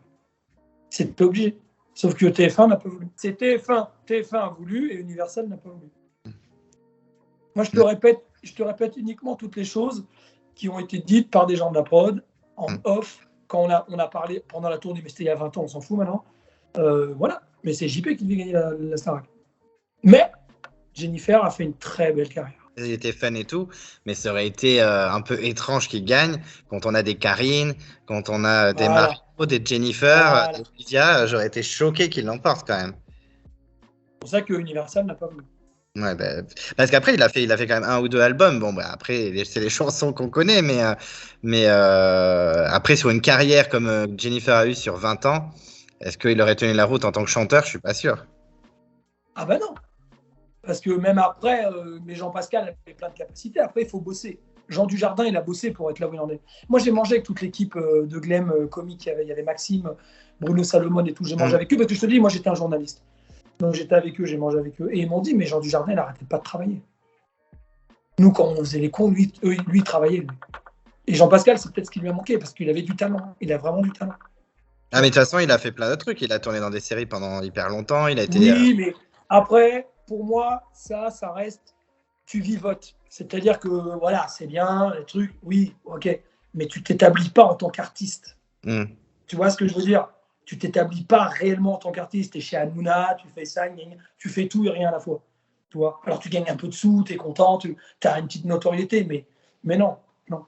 Et il faut que tu saches que quand on a fait la tournée, Jean-Pascal était enfermé dans son personnage de grande gueule et tout. Et puis pendant la répétition, il s'est pris la tête avec Gérard Louvain. Oh, ouais, connard et tout. Je les ai séparés, les deux. Vraiment, moi, je suis intervenu entre les deux. Je les ai séparés. Et Louvain, il a dit, connard, plus jamais de ta vie, non, parce qu'il était énervé, tu vois. Et après, JP, il a dit, je m'en fous de ta tournée de merde, j'en ai rien à foutre et tout. Il est parti. Et TF1 lui a dit, si tu fais pas la tournée, tu t'es viré, quoi. C'est fini, tu n'auras plus jamais rien. Et il s'est excusé le lendemain. Parce qu'après, il a beaucoup tourné. Il était dans plein d'émissions. Il était un peu partout. Ah bah oui. Mais si ce jour-là, il ne s'était pas excusé, c'était fini.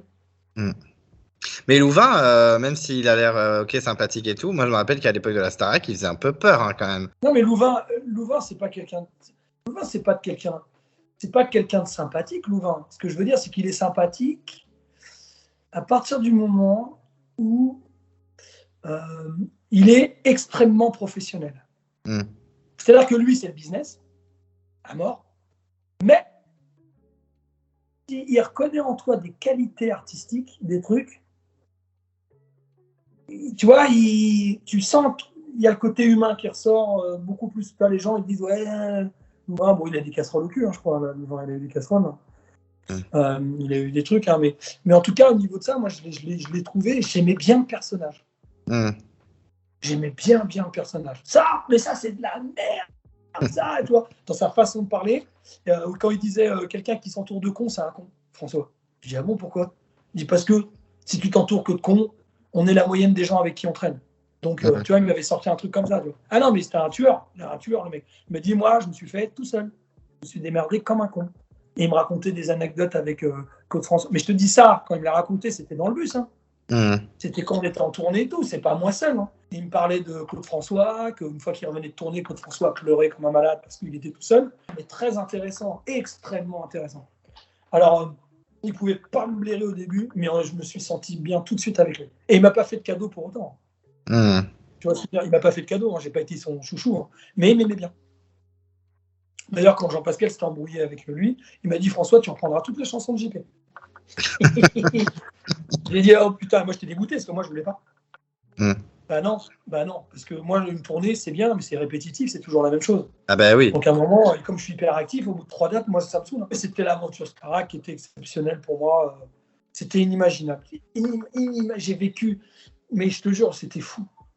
J'allais dans les restaurants, il y avait un SDF dehors, on va voir le mec du resto, mais il y a un restaurant UP, on s'est retrouvé en cuisine en train de cuisiner. Après, je passe en Belgique, il y avait un restaurant de poulet. Je dis, mais vos poulets, là, c'est congelé. Il me dit, mais non, parce que moi, j'adore manger.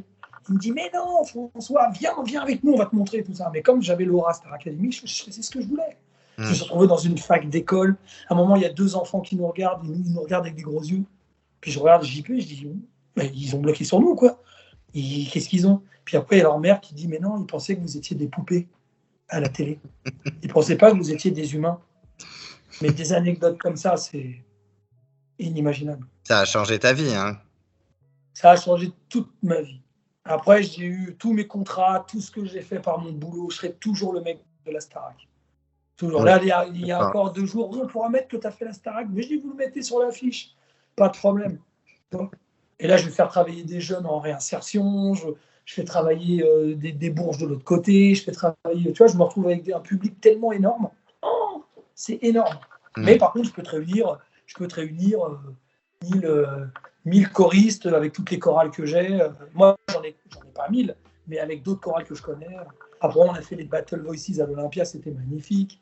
On a réuni 14 chorales sur scène et tout. Bon, c'était un truc de fou, quoi. C'est un truc de fou, quoi. Je sais pas, ça s'explique pas. Tu vois mon piano ou pas, là? Oui, je vois, oui. Ah, mais Ah, tu vois là, mon piano, j'avais pas celui-là, oui. tout ça, c'est ma salle musique, ça, tu vois. Tu vois ce piano? Tu vois ce piano-là? Mhm. Piano, il a une histoire, le piano à queue, là, la quart de queue. Tu vois, et ça fait partie de ma vie. Il y a un mec, ouais, Starac et tout, on discute. Et puis, on discute. Et moi, je lui dis, ouais, bah ouais, moi, je joue au piano et tout. Ah, tu joues au piano à une personne d'un certain âge. Il me dit, bah, viens avec moi. J'habite juste là derrière. C'était dans la rue. Hein. Bon, je me méfie un peu, mais bon, il n'avait pas l'air. Je vais, une maison de blindés. Le mec, il avait un piano comme ça, il me dit, bah vas-y, je te le donne. C'est bon. Ah oui, d'accord. Voilà, et tout est comme ça. Tout est comme ça, tout le temps, tout le temps. Ça s'arrête jamais, en fait. Je ne sais pas pourquoi. Alors après, c'est peut-être parce que dans ma personnalité, je suis complètement, je sais pas, authentique ou entier. J'arrive pas à jouer. C'est comme ça. Je rencontre des gens, je m'éclate. Mais c'est sûr que je ne serai jamais une star, je ne serai jamais une vedette, je ne serai jamais un chanteur. Justement, je ne me sens pas un chanteur. Je ne serai jamais tout ça. Moi, je suis prof, pédagogie. J'adore ça. Comme je suis autodidacte, j'évolue de plus en plus. Et en mélangeant le développement personnel et la musique, c'est une bombe atomique. Une bombe atomique. On peut même organiser des formations là-dessus. Musique et développement personnel. Ah ben non, c'est magnifique. Le jour où vous avez envie, là, tous, là, vous me dites, hein, puis on se fait un gros truc. Hein. Voilà, là, j'ai rencontré une dame sur LinkedIn avant le Covid. Elle a 250 mètres carrés de bureau aux Champs-Élysées. Tu vois, elle a un centre de formation. Je suis rentré là-dedans et je m'éclate, quoi. Je me sens gagnant de la Starac. Quand je suis sorti du château, j'ai acheté un appart avec ce qu'on avait gagné. Mais vraiment, je me suis retrouvé à 27 ans, j'étais proprieux, tout, j'étais le plus heureux, un duplex à côté de Disney. Et j'ai fait venir Paris Match. Et j'ai ouvert la porte, j'ai dit, venez rentrer dans ma Star Academy. Tu vois, je me rappellerai toute ma vie. Ah ouais, je te jure. Ouais. J'avais dit ça à Paris Match. Ouais. Et mon agent, il me dit, ouais, François, il y a une tournée des années 80, tu veux la faire? Je dis, oui, oui, oui. Et les autres voulaient faire un tournée. Oh non, c'est pourri et tout. Ben, moi, je l'ai fait. Je suis parti en tournée années 80. Et je me suis retrouvé avec plein de gens en train de discuter et comprendre leur vie, quoi. Jean-Pierre Madère, tu vois, c'est un des potes de Goldman. Et il m'a raconté toute sa vie, tout ce qu'il a fait, et il est en contact avec Goldman, quoi, enfin, tu vois. Et il bosse avec lui. Et Goldman, je l'ai vu. Goldman, il a 2 minutes dans la vie de Goldman où il a parlé avec moi. C'était chez Glem. J'ai ouvert la porte, il était derrière, tu vois, discret et tout. Je dis, ah, salut Jean-Jacques et tout, ça va voilà, tu nous aimes bien, nous, les gars de la Starac. Il me dit, ouais, mais je suis pas raciste et tout, puis on a parlé, quoi. Tu vois, mais 2 minutes, je l'ai pas saoulé. Et j'en veux à personne, en fait. Moi, Après, que ce soit orienté, dirigé, bien sûr que oui. Mais on s'en fout. C'est le business, c'est tout. Si tu te concentres sur le fait que ce soit que artistique et tout, bah, tu vas être déçu.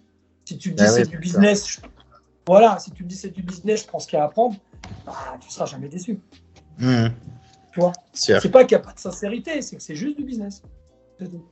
Là, les gens de cette année, ils vont faire couler des lampes, ils vont faire super exceptionnel, et les prochaines, on passe à un autre. Ce sera Geoffrey, Bernard, Salimata, et on passe à autre chose, quoi. Tu vois. Ce qu'on pourrait faire, c'est se filmer. T'imagines, on se filme, et tous les anciens, les 16 candidats de la Starac, on se retrouve tous dans un appartement. Et on se fait une Star Academy, rien qu'entre nous, filmé, en direct. Mais c'est un carton. Je suis sûr que ce serait un carton. Ah oui, c'est sûr. De parler, de s'engueuler, ouais, mais toi, connard, au prime, ouais, et puis toi, t'avais la grosse tête, et puis toi. Mais les gens, ils pleureraient de rire. Ils pleureraient de rire. On se retrouve tous dans un appart, les 16 candidats. Et là, 21 ans après. Et on passe une semaine ensemble. Et ça part en vrille.